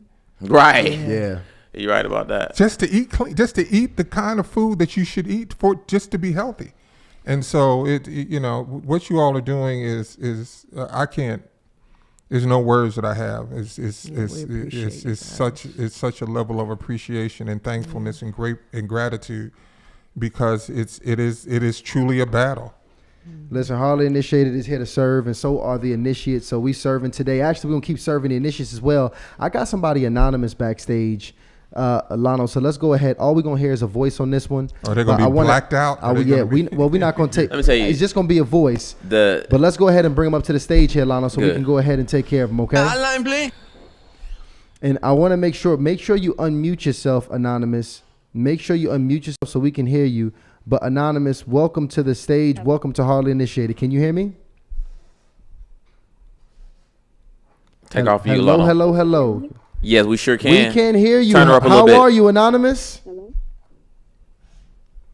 We can. Can you hear us? Wait, hello. Can you hear us? How are you all? You sound. I She can hear sound. you okay. I think there's a little bit of a delay. There she goes. Oh, okay, but we can- make we sure can hear make you sure now. you don't have the YouTube on, and make sure Hello? make sure you're listening through the Zoom and not the YouTube. Okay, so don't listen to us through the YouTube channel. Yeah, my earbud is out. Can you hear me okay They now? are now. Yeah. we can Very hear you. good. There we Very go. good. And let's get a let's get a fake name. Absolutely. You can call me V. You can call me V. V. Hey. So V. so V, give us your How y'all age. doing? We What's are up, V? blessed. Give us your age and your relationship status. I am 32, recently divorced, and I'm in Tennessee. Okay, Okay. cool. Well, why'd you come up here anonymous, by the way? Well, you're divorced. You know, the topic is, should I stay in this relationship? It sounds like you just got out one. Are you asking about this relationship that you just got out of, or one that you're now in? No, I'm speaking, I guess it's more so wisdom and asking this beautiful couple in front of me for their years of experience and just also to comment because what you guys said a few minutes ago, I mean, it's been a minute, you were talking to Treese, but you said that you're not quick to tell anybody to run up out of a marriage, but when it comes to abuse, because we use the 70 times 7, and a lot of times when people hear you say that 70 times 7 or divorce is not an option, a lot of people use that and that ups the abuse for them because they know that you're not going to leave them. So I'm gonna I kind of got a question. I'm gonna give you guys a background and I guess a little bit of wisdom to women who are listening in this similar situation, because I kind of, what Treese was talking about, I could resonate with 1000%. I came in anonymous because literally my ex-husband's family still doesn't know that we've been divorced because of things that were going on. That's why I kind of, just to kind of keep, not really the peace, but just to just keep anonymity, I guess. Or Just whatever. don't want to stir up But, no more drama. Yeah. Yeah. So I was, we were together for about 12 years on and off. That's, I guess, in total. We were married for 8, but I've been with him for about 12 years. My first real relationship came in like off the bat. Just to be honest, we were having sex, going out on dates. I was younger. He's 8 years older than me. So there was an age gap there. I went into the relationship not asking all the questions I should have asked. Come to find out, he had more children than he told me. There was more past than what he told me. So I was already in it. And like a lot of other women, we're told to you stay in that marriage, you fight for your man, you pray for him. As our marriage went on, there were absolutely mental health issues going on, and I prayed and I offered the help, and I eventually got him to go to therapy. Then things started, they would change for a little bit and then they would get worse. And I forgave and I forgave and I prayed and I forgave. And it got to the point where I guess he felt like, well, I forgave him so much, he could do anything he wanted to in the marriage. There were instances of emotional cheating, physical cheating, blatant outright cheating. There were things, I'm skipping over a lot of this. There's so many details, but eventually he ended up talking me into rededicating my life back to Christ and going to get baptized, only to end up having a child outside of our marriage shortly after. Wow. And even after that, I stayed for a little while. I won't say bad advice, but older women were telling, and I didn't tell everybody. Some of my family doesn't even know all of this went on because of shame, and it wasn't even anything that I did. So even after that, I tried to stay, and there were death threats, there was violence. He never put his hands on me physically, but it got to the point, like we were talking to the sister just now, Treese. My children are still fairly young, and for a little while I could cover it up. But the older that they got, the same thing that, Ty was talking about, seeing things. And in the back of my mind, I never wanted my children to ask me why I didn't leave sooner, or how come I let somebody treat me this way. And I guess I said all that to say, here recently this spring, our divorce just got finalized. And I would never tell anybody, like you guys said, to run up out of a marriage.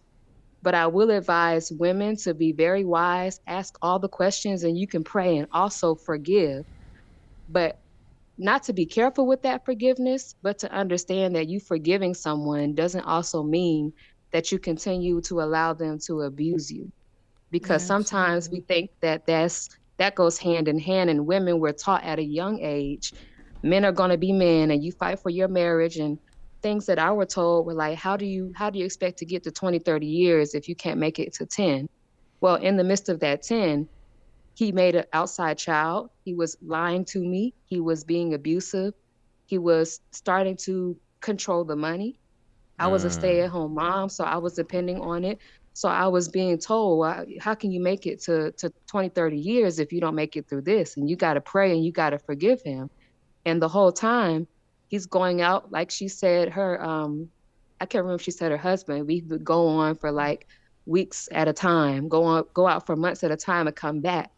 When they understand that they control the finances, when they understand that you don't have anywhere to go, why won't he's not going to leave? Why would he? Because he can come and go now as he pleases. Why would he leave her? And that's something that I had to come to terms with. So I just wanted to, I guess, give a little bit of perspective and wisdom on that conversation, because we should forgive 70 times 7, but that doesn't always mean reconnecting and giving somebody, especially a wicked spouse who does not have your best interest at heart as a couple, as a family, or as an individual, the chance to continue to hurt you. Because I had to consider my children who were watching. I have a daughter, and this man was talking to me crazy. He was threatening me. He was speaking to me, just being out of control. And he would go get help, or so he said, for a little bit, and he would come back and things would get worse. So the more I forgave, the worse it got. And then, let alone, there's another child that was created during our marriage because I forgave all the other things leading up to that. So I just wanted to kind of say, and I don't really have a question. I just want to commend, and I have a question for you, V. Yes. I have a question. What is your spiritual foundation? I absolutely believe in the Word of God. I read it daily. That would be a fight in itself, because he will often try to read Bible verses to me to get me to pretty much allow him to continue to abuse me. Wow. And Absolutely. He would tell me things like, I can't read the Bible by myself. And who do I think that I am? And I'm not supposed to pray without him and other things like that. I read the Bible. Proverbs, for me, Proverbs has 31 chapters. So I try to read the chapter of Proverbs that the day correlates with. For example, today is the 16th day. I will read the 16th chapter of Proverbs and I will do my devotions. And he would see me writing in my journal, reading my Bible. And it was like, that would like make him so much more upset. Damn. So here's my sick. question. Really? So you're going slave master in there. So here's my question. And because you are offering wisdom to those that are viewing this, what is the significance of Christ's torture and death on the cross for you? Like, what difference did that make? He gave his life so that we wouldn't have to be. Go ahead. We weren't the sacrifice anymore. He gave the ultimate sacrifice. He was perfect. He gave the ultimate sacrifice. Absolutely. Can you imagine that he gave the ultimate sacrifice for murderers, rapists, pedophiles, cheaters, low-life husbands, abusers? Like, it was important enough for him to leave perfection, to come here to this earth, live a life amongst those he created, and then die a horrific death. Not just any old kind of death, a horrific death. Why do you think he would do that? And who do you think he did that for? He did that because... Go ahead. I'm sorry. No, go ahead. Okay. He did that because he loved us so much. And even in the midst of his journey through this life, he asked the Father, can this cup be taken from me? Because he understood the pain and the torment he was about to go through. And he still went through with it. Yes. And this is where, not a disconnect, but my testimony comes in, because I absolutely believe that he died on the cross and he bled and was beaten and tortured for people, for my instance, an unruly or an abusive husband. No, he didn't put his hands on me. Like I said, I'll say that again. And I also believe that I shouldn't be succumbed to, as you guys stated with the last woman, to let someone hurt me or to let someone bring me back diseases or to let my children be in an unstable home so I can forgive. I guess that's the point that I wanted to drive, because some of these women, they're just simply taught to forgive, but they're not told to remove themselves or to separate at least, or to get your children out. And then they end up dead. That's right. Them and their children are That's right. bludgeoned and murdered. So it happens all the time. And I thank God that I did have family here that could help, and an ability to go find some work and things like that. Now, mind you, to God be the glory, because he has calmed down some, and I do allow him to see the children. And if I feel like anything is off, I will absolutely follow my gut, the Holy Spirit, whatever conviction that is. But it's kind of, it gets frustrating sometimes as a woman that we're driven to, a lot of people take us straight to, 70 times 7. And we forgive till a lot of times we're no longer on this earth because we forgave someone. Well, see, we're no longer on this earth. Here's the tough part of Christianity. Right? If we're going to have a real conversation about Christianity, that's what Christianity is about. It's about loving people that don't deserve to be loved. It's about a Christ that came and died for us, and we didn't deserve it. What we deserved was death immediately. The Bible tells us that the wages of sin is death. I don't care what that sin is. a little white lie, a little, oh, I only do this or I only do that. What V deserves, what you deserve is death.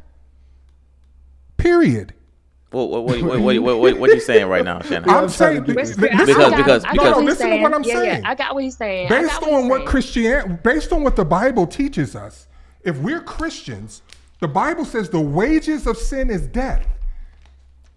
Christ's sacrifice simply was to say, you know something? This is the grace and mercy that we claim and we want and we crave and we pray about so much. But when it's time to extend it, we can't do it. Now, of course we can't do it because we're not God. We don't have the capability to extend or to even to do what I'm suggesting. I don't even know how I would be able to do what I'm suggesting. But if I have to say that I'm a believer, if I'm a Christian, then I have to accept the fact that I have to extend to people the very thing that I want God to give to me. And I want him to not kill me because that's what I deserve as a sinner. That's what I should rightfully get. But I'm going to accept, because I hear V what she's saying, and I hate that women have been put in this position. But the position is still the position. So if you are a believer, now if you're not a believer, then what are we saying? So are we saying she should have stayed in that marriage? Is that what are we saying? What I'm saying is, she should have. I don't want a Monday morning quarterback. She's made a decision. That decision is done, and even God can come in and do something in that. I believe personally. But what I'm saying is, how can we be Christians, and when it's time to do what Christians are supposed to do, we don't want to do it? I don't understand that. So the Bible is telling us, it's laying it out for us. Well, now the thing is, she didn't want to do what I think it's important. I don't want it to be overshadowed. I respect what you said, and I agree with what you're saying, but I don't want what she said to be overshadowed because I'm a woman. I understand. It is very important. We have been taught to keep our mouth shut and to just overlook certain things as it pertains to men. And so where do you draw the line? And abuse. No. As a Christian, hear this, and this question is for you. As a Christian, where do you draw the line? Do you agree? Let's make sure we're on the same page. You and me. Right. That's what I. Let's make sure we're on the same page. All right. Do you believe that as a sinner you deserve death? Absolutely. You do.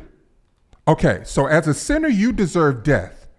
So you ask God to forgive you of your sin and extend grace and mercy to you, correct? Correct. Should you extend to others what you are asking God to give you? Woman, correct. Man, and I anything. Also have something to add. Okay. Give me 1 second. I'm sorry. I'm trying to make sure everything is locked up real quick. Well, while you making sure so that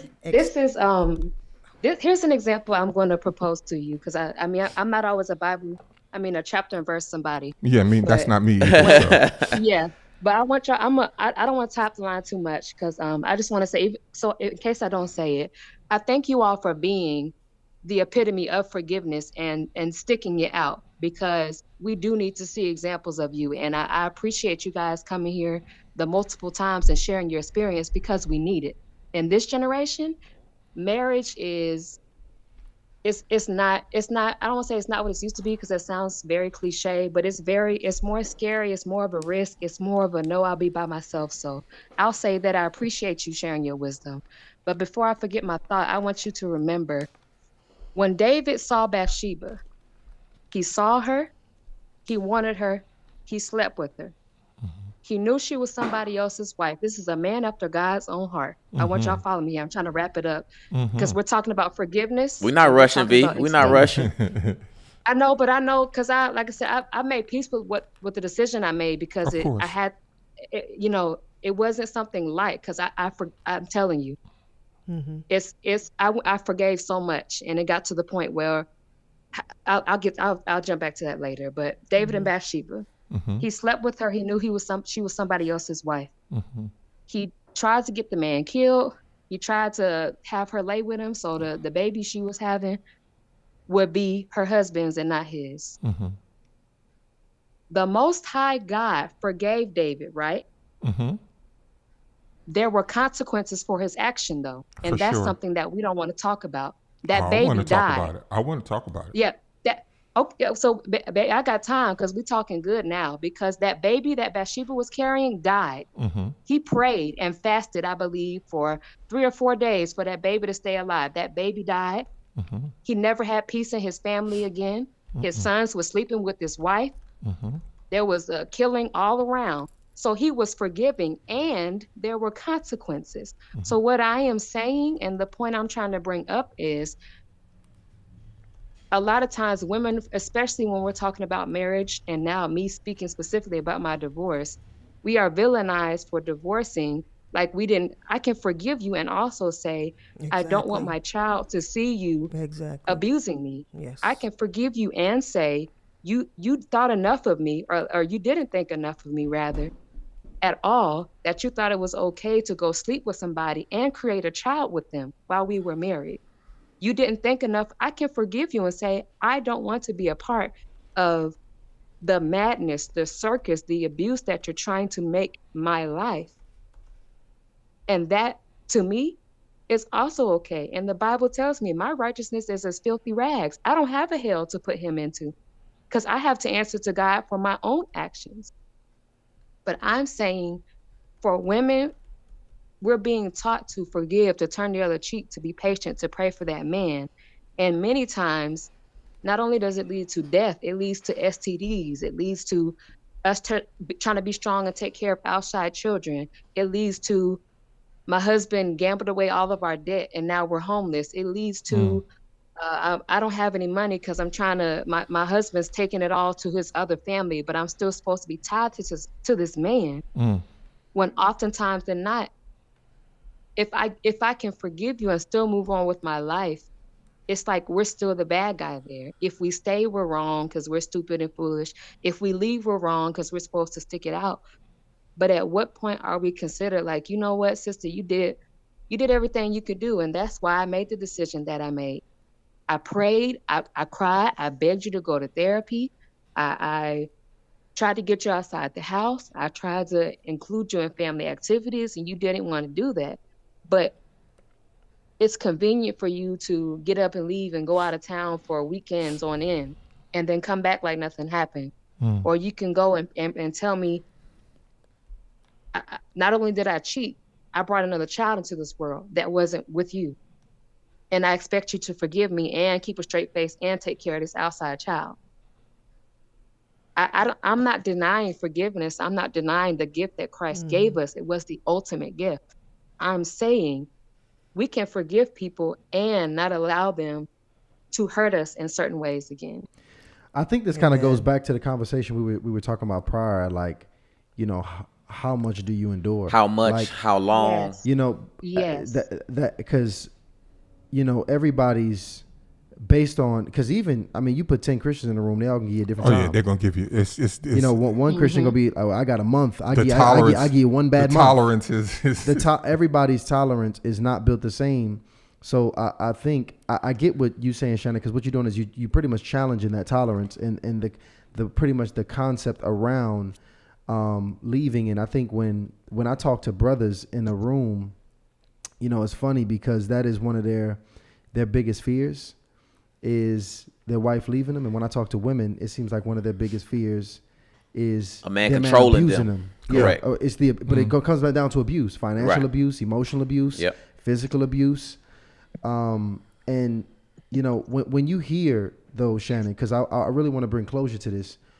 When you hear her situation, is it okay to say that, you know, it's justified for her to go about divorce? Is it ever? because you could also make that an option. But is it justified in her decision to go about leaving her marriage? Well, the beauty of our relationship with God is He gives us choice, free will. And so, just on the strength of having free will, yes, you can choose what you want. But just like V shared with us, there's consequences to that. Like you have to, and I don't see. I don't want to give. The line gets drawn when our babies. When I talk about babies, I talk about women. Our sweet babies have been put in such horrible positions. But I can't. I can't deny what the book says. If I'm going to believe it, I have to believe it in its entirety. I can't just pick and choose what I want out of it and say, oh, I did this for this amount of period of time and this God's not throwing. Jesus said 70 times 70. I didn't do that. How much we should forgive. This is what I do understand. But her actions had nothing. Right, I understand. Because forgiveness is not put your life and your kids in danger. Well, here's. I'm gonna push back with you guys just a little bit. Not as far. I know it's hard. This is a hard conversation for me to have, and these are things I don't have these conversations for a reason publicly, because it's hard. There is only one reason biblically for forgiveness. Do you know what that is? For forgiveness or for divorce? For forgiveness. Okay. One reason. There's only one reason why Jesus came and died for us. Mm-hmm. Do you know what that is? Restoration. The only reason there was a plan of salvation was so that the sinner could have access back to the Father who was perfect. That's it. There's no other reason for forgiveness. We wouldn't need it. God would have just destroyed us. He would have just killed us all instantly in that moment. Boom. No. But they developed the plan of salvation and the process of Jesus' blood covering us, forgiving us of our sins, so now we could have the same access that Adam had. It's about restoration. And restoration isn't possible. Well, that's not true. I know there are several couples that we know that have that were divorced, estranged, went through all of that, and now they're back together and have amazing, wonderful, beautiful relationships. Amazing. But as much as I want to sit and jump on the bandwagon, it's not fair. It's not fair that women have to experience what they've been experiencing and experience that unfair treatment. It is not fair. But it is nothing about, I don't see nothing about fair. I ain't seen the fair text yet in the Bible. I see, this is how you live. This is what I expect of you. This is what you do. Have some people use that? Have some people misuse the Bible for purposes of keeping their thumb on whole races of people, genders of people, all of that? Yes, but I cannot not see what's happening in the Bible, and it ain't fair.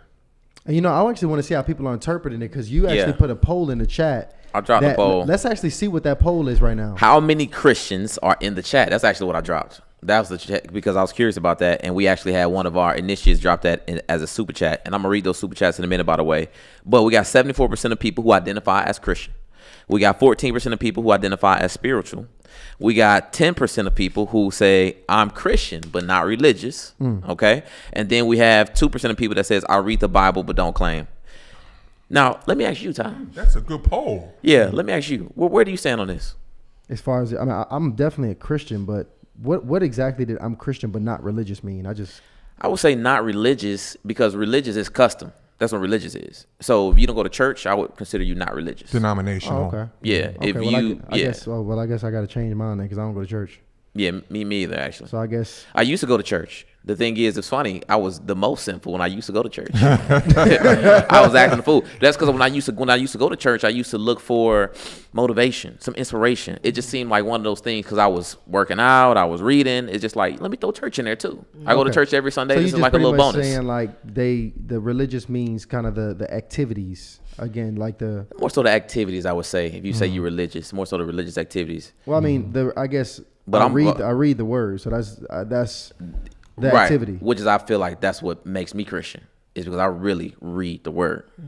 You know, but everybody's gonna have a different opinion. And I think again, Do I you think live that's the word? That's Absolutely. context. Absolutely. A few, or at least a few of the words. You played me. Now listen, I'm not saying I'm free of sin. No, Right, But right. you're right. Who is? And see, that's the Yeah. thing, you know. I think, and you know, it's interesting because I could tell, you know, when I think that's why this conversation is such a polarizing conversation, because there has to be, like, you're making it black and white, but there's a gray here. But because it's And that's the always thing. going to be scripture that can prove this or prove that. But I know V talked about Proverbs and reading through Proverbs, which I love Proverbs too as well. I just actually did a breakdown of Proverbs 8, and it talks about wisdom. And it says that wisdom was with God before everything. So before marriage, wisdom was there. So when you think about what wisdom is, it's literally the gate to your soul. It's where you at in the fork in the road, right? When it comes to decision making. That's good. So I just don't think wisdom is going to tell you To stay in a abusive relationship when you're getting Absolutely. abused. That's I not just of don't think that's God. the thing. That's not of God. Yeah. Absolutely. And it just You think wisdom would tell a father to sacrifice his son for people that don't deserve it? Would wisdom do that? Well, I think it would, because I think it would. And that's because I think that sacrifice is the ultimate form of love and courage, self-sacrifice. So if you came to that decision, like I can't remember the guy's name. He actually was a World War veteran. It's a black guy. He's in an all white battalion. Okay, he's in there in the trenches. It's 5 of them. He actually won the Medal of Honor, or what's it called, the Purple Heart for this. Yeah. And it's a grenade that somebody launches a grenade into the foxhole, and everybody sees it. That's the story. Like all of these white guys in there, they say, we all seen it, but he was the one who dove on the grenade, and he's the reason why all of us are alive. He was one of the only black men to actually ever receive the Purple Heart Award. So that's when I think about Jesus. That's Jesus. He received the Purple Heart. And so he knew, hey, this is the position that I'm going to put myself in. It's the ultimate sacrifice. I'm literally going to give my life, even though I don't have to do this. Like, he did not have to do this. Can I pause you? Yeah. Do you know that that's what a Christian is? In terms of what? That's the definition of a Christian. To throw themselves on the grenade. To be Christ-like. That's a Christian. To do what Jesus did. To live how he lived. To make the decisions like he would make. That's the call. And that's why it's so hard. Because in our flesh, we don't want to do that. I'm not jumping on the grenade for you. I'm not. I'm going to be like, ooh, Ty, can you get... Is the grenade? I don't want to do that for you. Ryan, you just said you ain't giving up your damn kidney. Well, listen, No, keep it real. I'm just saying. That's but what it is. I am working toward being as Christ-like as possible. So at this current point in time, I'm not going to lie on here and be like, I give one my kidney. That's the real part. The real part is saying, I can hear V saying, I wasn't there yet. Or I'm just not there. That's the truth. But to deny what we're being called to, well, I can't do it. I can't sit and do that. We're not being called to. We're being stay called. in abusive relationships. No. We are being called to be Christ-like. And that is to lay down our life. Greater love hath no man than he lay down his life for another. That's I can't make this up. I don't want to read it in there. I don't want it to be there. because I don't want to be, because the You man that sound like she, you telling the man, no, I'm not. But see, Okay, how you interpret it, that's going to have to be between you and God. It's because I'm you're sorry. fighting against what is being said. So that's not. I'm not what's being fighting against it. interpreted. All That's I'm what you're doing saying. is being. All I'm doing is what I'm attempting to do is to bring the actual reality to people that are saying they're Christians. Don't say you're a Christian, or at least say I'm not there yet. But to deny that the word says what it says would be now I'm cheating God out of the way He's telling me to live my life. This is what He expects of me. But thank God I get grace and mercy because He know you. He know I'm not there. He know that. Come on, baby. I know you not. I know you can't do this. I know you can't live this life like this. That's why I'm giving you grace and mercy. That's the beauty of grace and mercy. See, this is the thing. I want to dive into this conversation. I just don't want to take it. It's going to go somewhere completely different Okay, if I but dive too deep. If I dive too deep. Don't do so it. I won't. But V, look what you done stirred up. Why? Is V V still done there? I'm gonna get off of here because I've been looking at the chats and I'm chuckling, but I just want anybody out there, women specifically, because and Of course. the fact that there's not a lot of men being taught the same rhetoric already tells me something. But I'm gonna in Proverbs 22, I believe it says, a prudent man sees evil and hides himself, but the foolish, you keep going and you suffer for it. And wisdom, even like how you said, would wisdom do such and such? We have to be careful with, well, we're going to cast wisdom aside and do biblically this or biblically that until that woman is in a casket because somebody told her to forgive, or until she loses her children or something else crazy happens. And this is something that happens daily. But I just wanted to say that women, and I'm not telling everybody to go get a divorce. That's not what I'm saying, because I'm a firm believer if you can work it out outside of abuse, if you mad because that man don't clip his toenails or he leave his wet towel out, work that out. I'm not saying that. What I'm saying is we have to be careful with overly forgiving, and divorce is not an option until divorce is not an option ourselves into terrible situations where our children are constantly being raised in these households where people like even Tashana said it before, like watching things go on in his household and it affects him into his adulthood because somebody didn't leave or separate because of what wisdom said. Watching young men see that their father is being abusive to their mother, watching daughters absorb and live that and think it's okay for a man to do things to a woman, and they go out and they live that.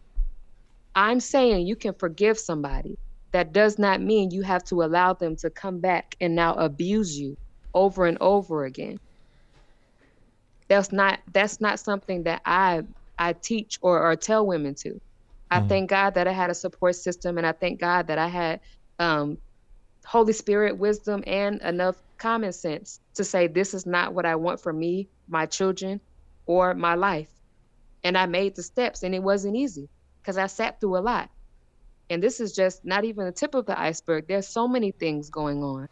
But again, because he has mental illness, that's not my fault.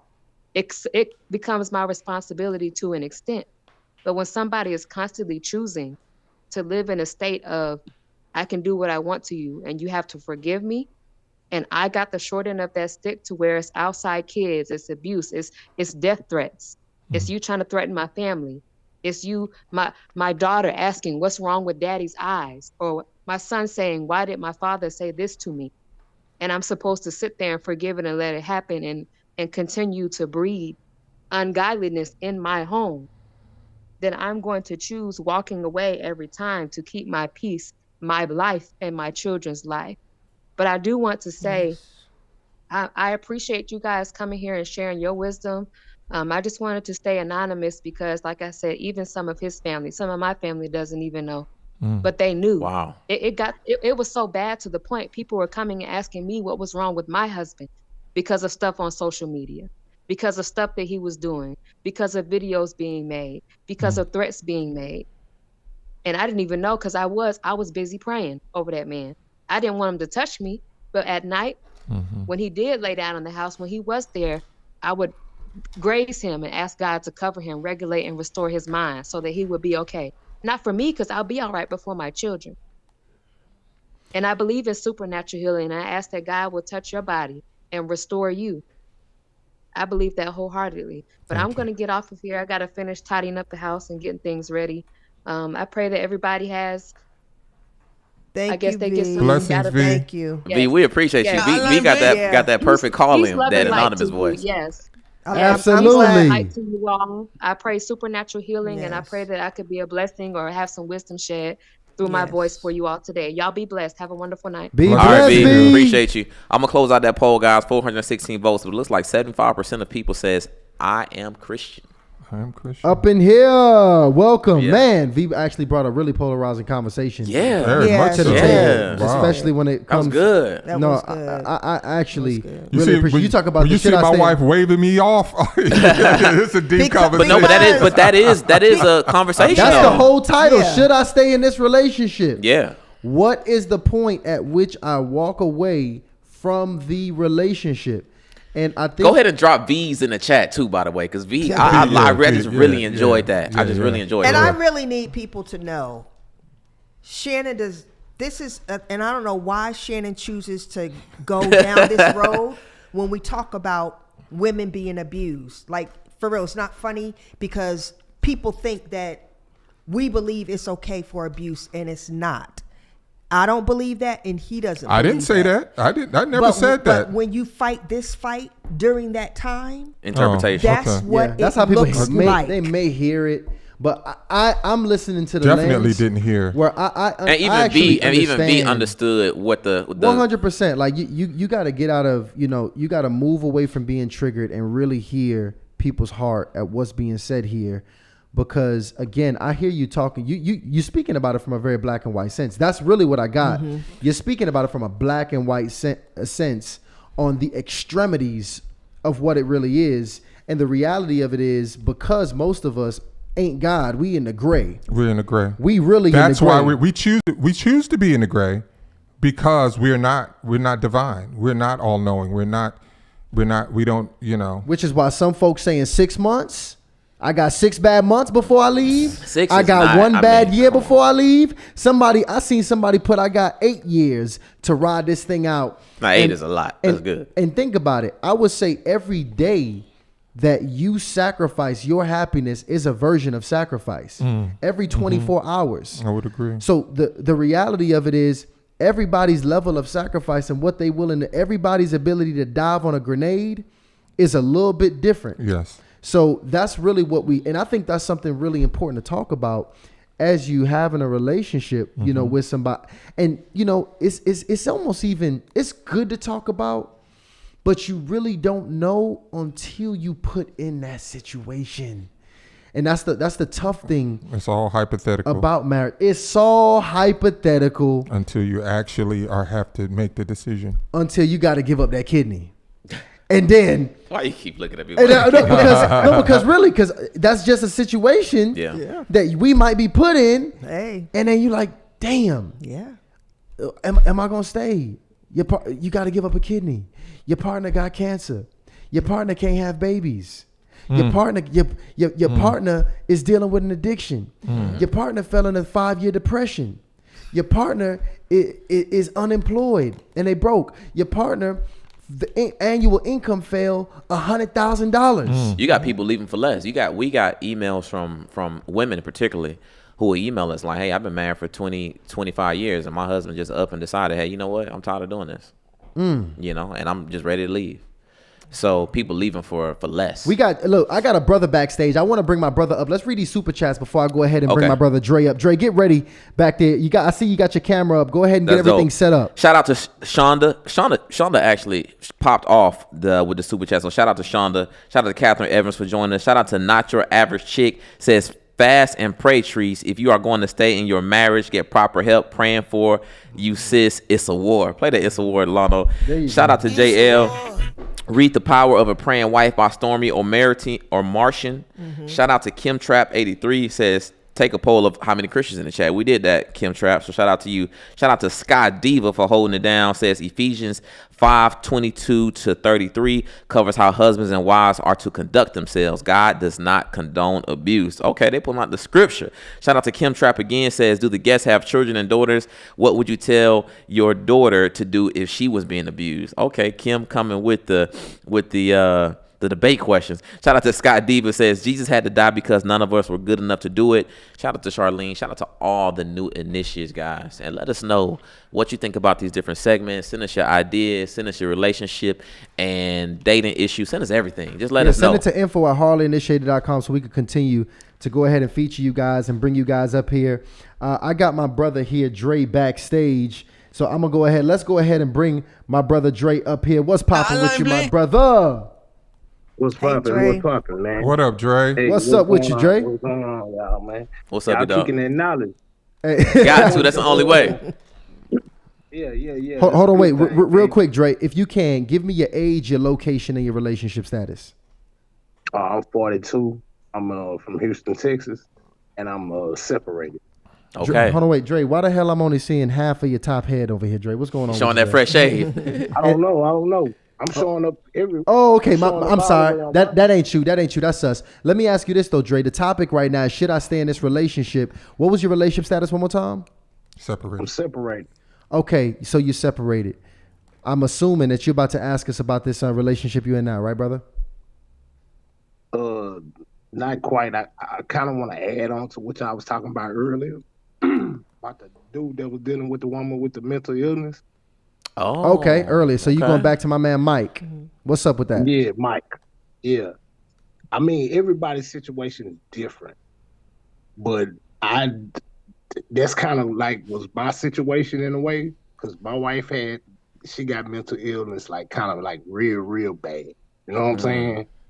And it's like to the point to where she left me. You know what I'm saying? But she got some man she diagnosed with where she like fit every mental illness that's on the gamut, like she's diagnosed with. Oh my goodness. You know what I'm saying? So it's like everybody's situation is different with that. So it's like trying to deal with that, and you're not a professional at it yourself. You got to try to figure that out. You know what I'm saying? And God really the only one that can help you in that situation. You know what I'm saying? So like I didn't cheat. I ain't do none of that. You know what I'm saying? But it was some more or less some emotional type stuff that she was like, you're not fitting the needs of that. And you know what I'm saying? And it just sends off in a rage. You know what I'm saying? And wow. It's like, it's just one of those things. Like, that's why I'm saying, like, we can tell people this what you gotta do, but everybody's situation is totally Hold on, different. wait. So let me ask you, Dre. So this is the woman that you separated with right now. Yeah. So what are you gonna do in this relationship? Are you gonna go ahead and pursue your woman, or are you pretty much positioning yourself for divorce at this point? Man, I'm positioning for divorce. It's like I was trying, and it's such a fight with her. You know what I'm saying? To where it's like, it's almost like I understand everything that's on the table and everything that's gonna be affected because we have two sons. And it's like I hated it. I didn't want to do it.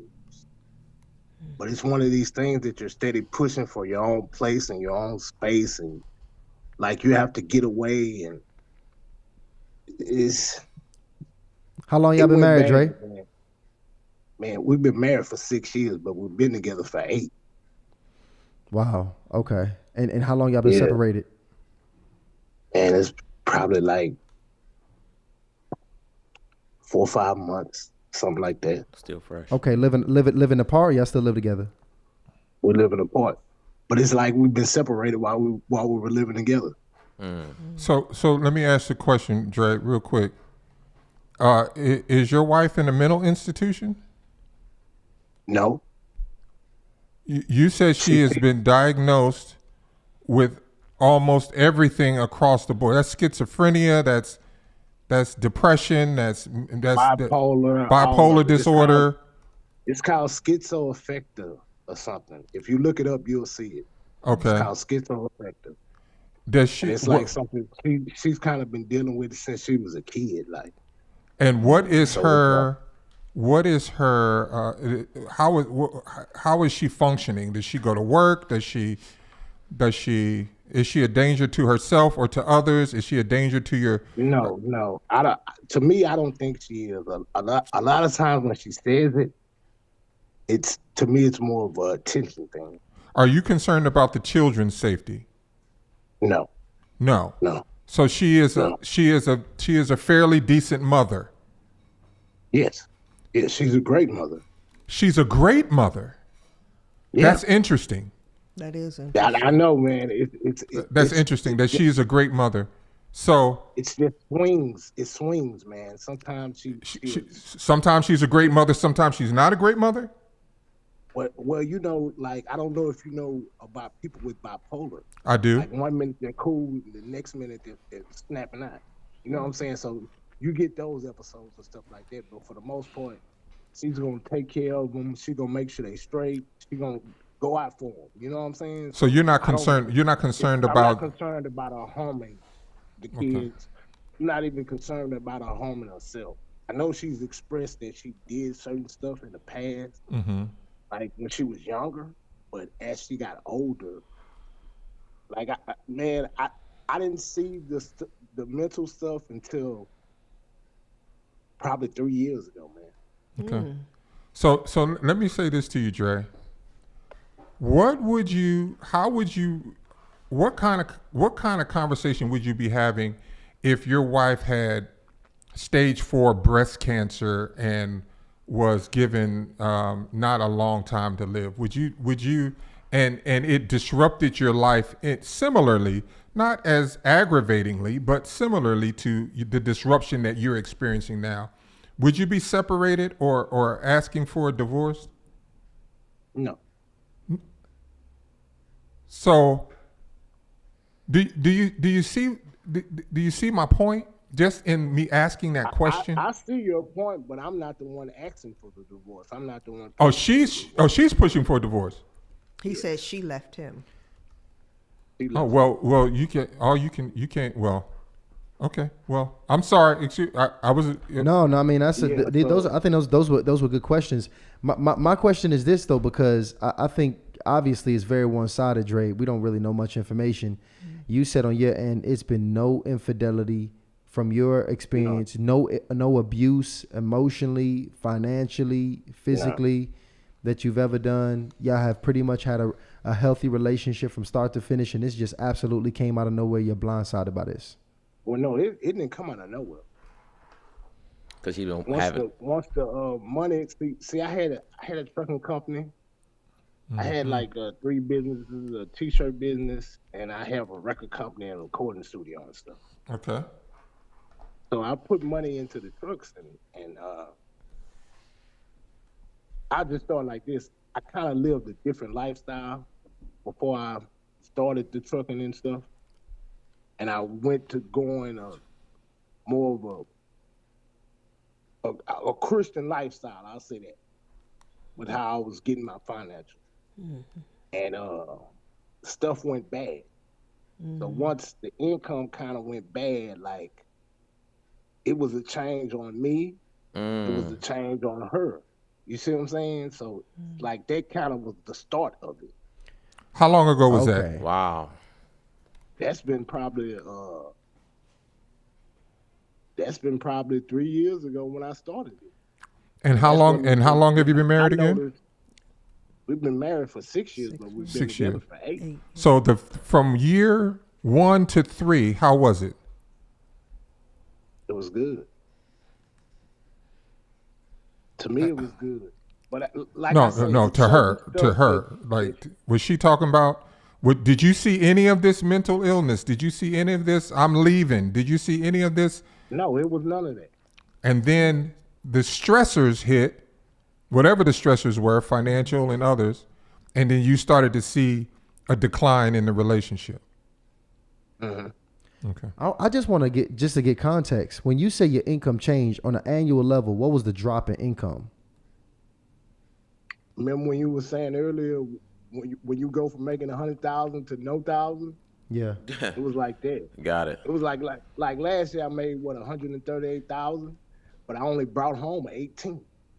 And and now did that also change her lifestyle? Was she now required to work? Yeah, that's why I say it changed everybody's lifestyle. Okay, so I'm gonna be honest. Those things to it was kind of a decision that I didn't really want to make, because 2015 I had 18 wheelers. I had a trucking company with my buddy, and I lost $250,000 in that so quick.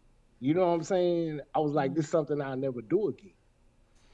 And Man. It kind of was propositioned to me to do it with the smaller trucks, and you'll be able to run them around town and do this and do that. And this is something that she kind of wanted to get into too. So when it was propositioned to me, I went out, got the trucks, did everything I was supposed to do, but it was the same thing as dealing with the 18 wheelers. Now, to be honest, no, I understand now, because that was information that we did not have at the beginning. Yeah.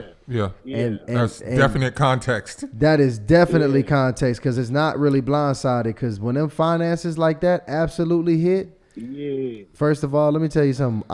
I've been so broke too, I thought I had schizophrenia, because I was pissed off and depressed myself. Man, because I'm telling you, listen, we all got some kind of mental issues going on with us. You know what I'm saying? It's just everybody else is different, so everybody's brain works different, so it affects some worse than others. You know what I'm saying?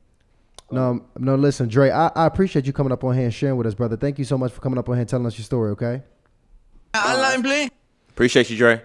Yeah, that finances, man, that's a big That's deal. a big reason. That'll make you go, that'll shift your mentals when you when you go from when you go from six figures to nothing. Yeah. Absolutely. You talking about six figures and now it's always tricky, man. And then if it's consistent over time and it doesn't seem like there's any way out, anything that's going to change or shift or whatever, that can bring the worst out of a woman. I can only imagine. And the fear of that, usually what happens is couples just argue. They just argue about it instead of coming to the table and be like, okay, where did we go wrong? What's the plan? How do we work? Exactly. Right? So they probably just argued so much. Because now you got to think in a hurricane. Yeah. Because that's what's happening when your finances is not there. Yep. It is a hurricane. It's fear going on. Oh yes. It's anxiety going on. Yep. It's doubt going on. All those thoughts are flowing, and you got to figure out how to go about calming all the storms and actually going about putting together a plan and a vision in the midst of chaos. The fact that you use that word hurricane is not, that's an amazing a word to use to describe the hell that you can go through in a marriage and the different stages of it. I would during these two hurricanes that came through. I have close family friends in Florida. My son is there. My adopted sons are there, and I'm on the phone texting. How we doing? Oh, we good. Everything's all right. My son is like, it's no rain. Someone like, it's this, is that. And it's like, why you keep bothering us? Like they understood, but that could change in a moment to the point where you got storm surge, you got lights out, you got flooding, and you have a totally different situation that was just minutes ago. It's seemingly clear, and so. That kind of, and then you got the eye. When the eye comes over, it seems to be calm again. But then you got the backside of the storm and the consequences of it. And then you got now, the storms are gone, all off into the Atlantic Ocean or whatever, but you got the aftermath, the consequences, as V said. But you got people that, I'm wondering, when y'all leaving Florida? They're like, we're staying. We're going to rebuild. We're going to sweep it up and keep on moving. How can we stay in a house that is hurricane season prone, but we'll leave a marriage not expecting storms to keep coming our way. It doesn't make no sense. Yeah. That's We'll true. stay. We'll stick through all. We'll stick through jobs that we just people that work for people that do not appreciate us and do not and literally abuse us, and it's almost slave labor at some points. But when it comes to dealing with a spouse that is cantankerous and yes, that's the truth. gives us problems and yes doesn't deserve our love, yes. And we 6 months in and we ready to get a divorce. I don't get that. I don't get that. We put up with a whole bunch. We'll go back to restaurants that give us bad food and bad service, and we'll keep going back. But we leaving our spouse in 7-8 months. No, that's real, man. That's very real. To be honest, man, it's this is a really important topic. I'm really happy that all the initiates. Shout out to all my initiates that came up here tonight and asked their questions and got it all out again. Because again, we building a lot. We got a lot of new things coming, y'all. November's going to be a very different month, Right. You know, we bringing. I'm very excited about the things that we're bringing. But these conversations, we got to really keep having them. They're for you guys. We see what you guys are going through, and we do our best to bring the absolute best people that have results, okay, and that have actually weathered whatever y'all have gone through and came out on the other side to go about answering giving you guys the answers. And in fact, if anybody wants to be able to reach out to you guys, how can they go about doing so, just so we can get some clarity to that? On Instagram, marriageinc.us, and On Instagram at Marriage Inc. I'm sorry. Right. Sorry.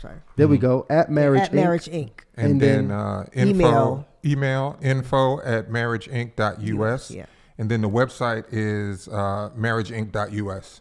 There you have And it, keep y'all. in mind, guys, all links are in the descriptions. All links are in the descriptions for our family. I want all of us to show up and show out here, because a lot of the purpose here of this episode was not just to give you guys game, because that's what we do every Monday and Wednesday night at 8 p.m. But it was also to make sure that we show up for this incredible family, because again, Shannon is literally here. I went to go visit you guys a couple weeks ago. You told me come before 6 p.m. because your This bedtime is way past my your bedtime. is so now it's 10:30 p.m. Eastern time. Oh, wow. And we still over here going, and he flowing for you guys, with him still battling this evil cancer floating around his body. This vile This demon. vile demon floating around his body. The goal is 65,000, y'all. Any seed that you guys can sow is Any an amount. absolute blessing. We have the link here in the description. Big shout out to anybody else. Shout out to Shonda. Shout out to Anonymous, Danielle, LaJean, Michelle, Thank you, everybody. guys. Man, big shout out, and shout out to anybody that continues to come and pour in to this incredible family and this incredible union. They've blessed us on so many occasions. I encourage every other old episode that they've been a part of, go watch those. It's some of the most popular episodes that we've ever done on the Hardly Initiated platform. Again, one of my favorite couples, because they're going to really challenge your perspective. As you can see, Shannon ain't scared to shake a damn thing up. And he'll go ahead and give you his perspective regardless. And I've learned so much from this couple over the last years, and I really appreciate you guys. I want to make sure I give you guys your flowers and let you know. Oh man, we I appreciate, really appreciate you all guys. more Likewise. than you know. If I could, my son's gonna be. How old are you? 31. 35, 36 in If November. they get to your age and they like, yo, man, I will have counted myself a good father. That means a lot. That does That mean a means lot. You are amazing young men. I can't thank you enough for your friendship and your support, and man, we just got more work to do, man. We do. We got more work to do. We got tons. Y'all have really, really inspired. You know how y'all inspire me. Every time I leave here, I'm like, I'm ready to run through a wall. Nerd out, right? I love that. Well, look, hold off on running through them damn walls right now. We're going to go ahead and get my man real strong. In fact, I'm excited to everybody here. Thank you for everybody that continues to bless us. Don't worry about blessing us this episode. I want everybody to pour into this family right here. So please make sure you pour in. And what you got, Alana? What you got for me? We got a Monday show. Guys, okay, so listen, I love my ladies. You know, we always pour into my ladies. But ladies, y'all going to have to sit in the stands this time because Monday is a man's show. Come on, man. yeah. Come We on. got a show for the men on Monday. I have two of some of the most influential men Polarizing. in the space. They asked to use Hardly Initiated because they both came on here before prior. It was a virtual interaction, but we actually got It a was debate. heated. It was heated. Ooh. We have a heated debate Ooh. coming to the Hardly Initiated platform. Go ahead and pull up the flyer, Lano. Can I? We got Anton Yeah. Daniels. We don't got it? It's a video? Oh, Roll Lano the- said he got a video. roll the I don't video even know then. what the video is, but we got Anton Daniels and Yada Awakening coming on the platform. Oh, wow. Let's actually go ahead and roll the video, Lano. What you got for us? I'm surprised. I'm watching with you guys. We've been lied to. They lied to us. They told us most men are triggered because they gotten comfortable allowing women to provide for them. Never ever marry a woman or look to get in a relationship with a woman that is a single mother. The women that agreed with going 50-50 with the men are women that's never had a real man. You don't want people to be with you just because you have resources. How can you expect her to work just as hard as you, come home, nurture the children, cook for you, have sex with you? You can't keep the nigga that impregnated you. What makes you think that we want to hear your opinion?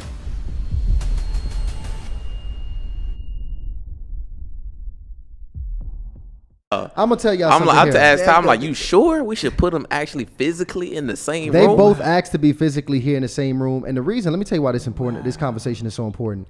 I hear men very confused about what they should do and whether or not they even are even qualified to get married. It's a lot of different philosophies on relationships, and at this point, men are really seeking because they don't have fathers in the home. Many of us, me and Ryan both, we grew up not having this relationship with our biological fathers, and many of our friends just alike. A lot of men are seeking the online influencers as the guides to their manhood. So when you got these brothers putting out these philosophies, we got to bring some clarity to the philosophies that are being put out. The number one reason most men are saying they don't want to get married is because of finances. Yep. And you got men with completely different philosophies putting out philosophy around what they should and should not be doing. And it's either going to be pushing men further away or closer to wanting to have marriage, have family. And we know how important marriage is to the building blocks of our communities. So we're going to have some real hard conversation here on Monday. Okay, some real hard conversation here on Monday. And I'm even going to invite, they don't know this, but I'm going to make sure we get some strong brothers to come in and give some perspective virtually on this conversation as well. It's going to be a meeting of the men on Monday on Hardly Initiated. And at the end, we'll do a quick vote so people can see, because I really want to know what side people are rocking with here. It's going to be a true debate here on Hardly Initiated. It's a specialty episode. We don't do it often, but it is going down this Monday night at 8 p.m. So this is something y'all want to be a part of, okay? That trailer was dope, Lano. Good job. Oh, Good that job, Lano. was Good job, Lano. Man be doing all kind of, I don't know what they be doing back there. Crazy. Absolutely, absolutely. But other than that, guys, thank you so much for tuning in. And thank y'all for joining us. Oh, man. yeah, Thank you for absolutely. having Yep. us. Thank you for Appreciate having us. Always, we always are in support of you guys. You know, the mission that you guys have, the purpose of your marriage is absolutely divine. Whether you guys have had some disagreements or you got all up in air, whatever the case is, this is a couple that has sowed so much good into this world. Literally the backbone to many of the relationships, the couples, the influencers, the people that inspire you. These people have kept their marriages together, okay? Because let me tell you, a lot of the philosophy that you were speaking, Shannon, is the reason that you guys are still together. Because of your ability to fight. And I appreciate that. And I appreciate both of you guys, and I love both of you guys. And I'll tell you this, make sure every Monday and Wednesday night y'all here, hit that subscribe button, hit that, hey Lano, show them the new subscribe, lower third we got there. Show them, hit that subscribe button, family. Absolutely. Make sure that's the way that you help us contribute to building this platform. Facts. And Hardly Initiated, we are out. Peace. Yes.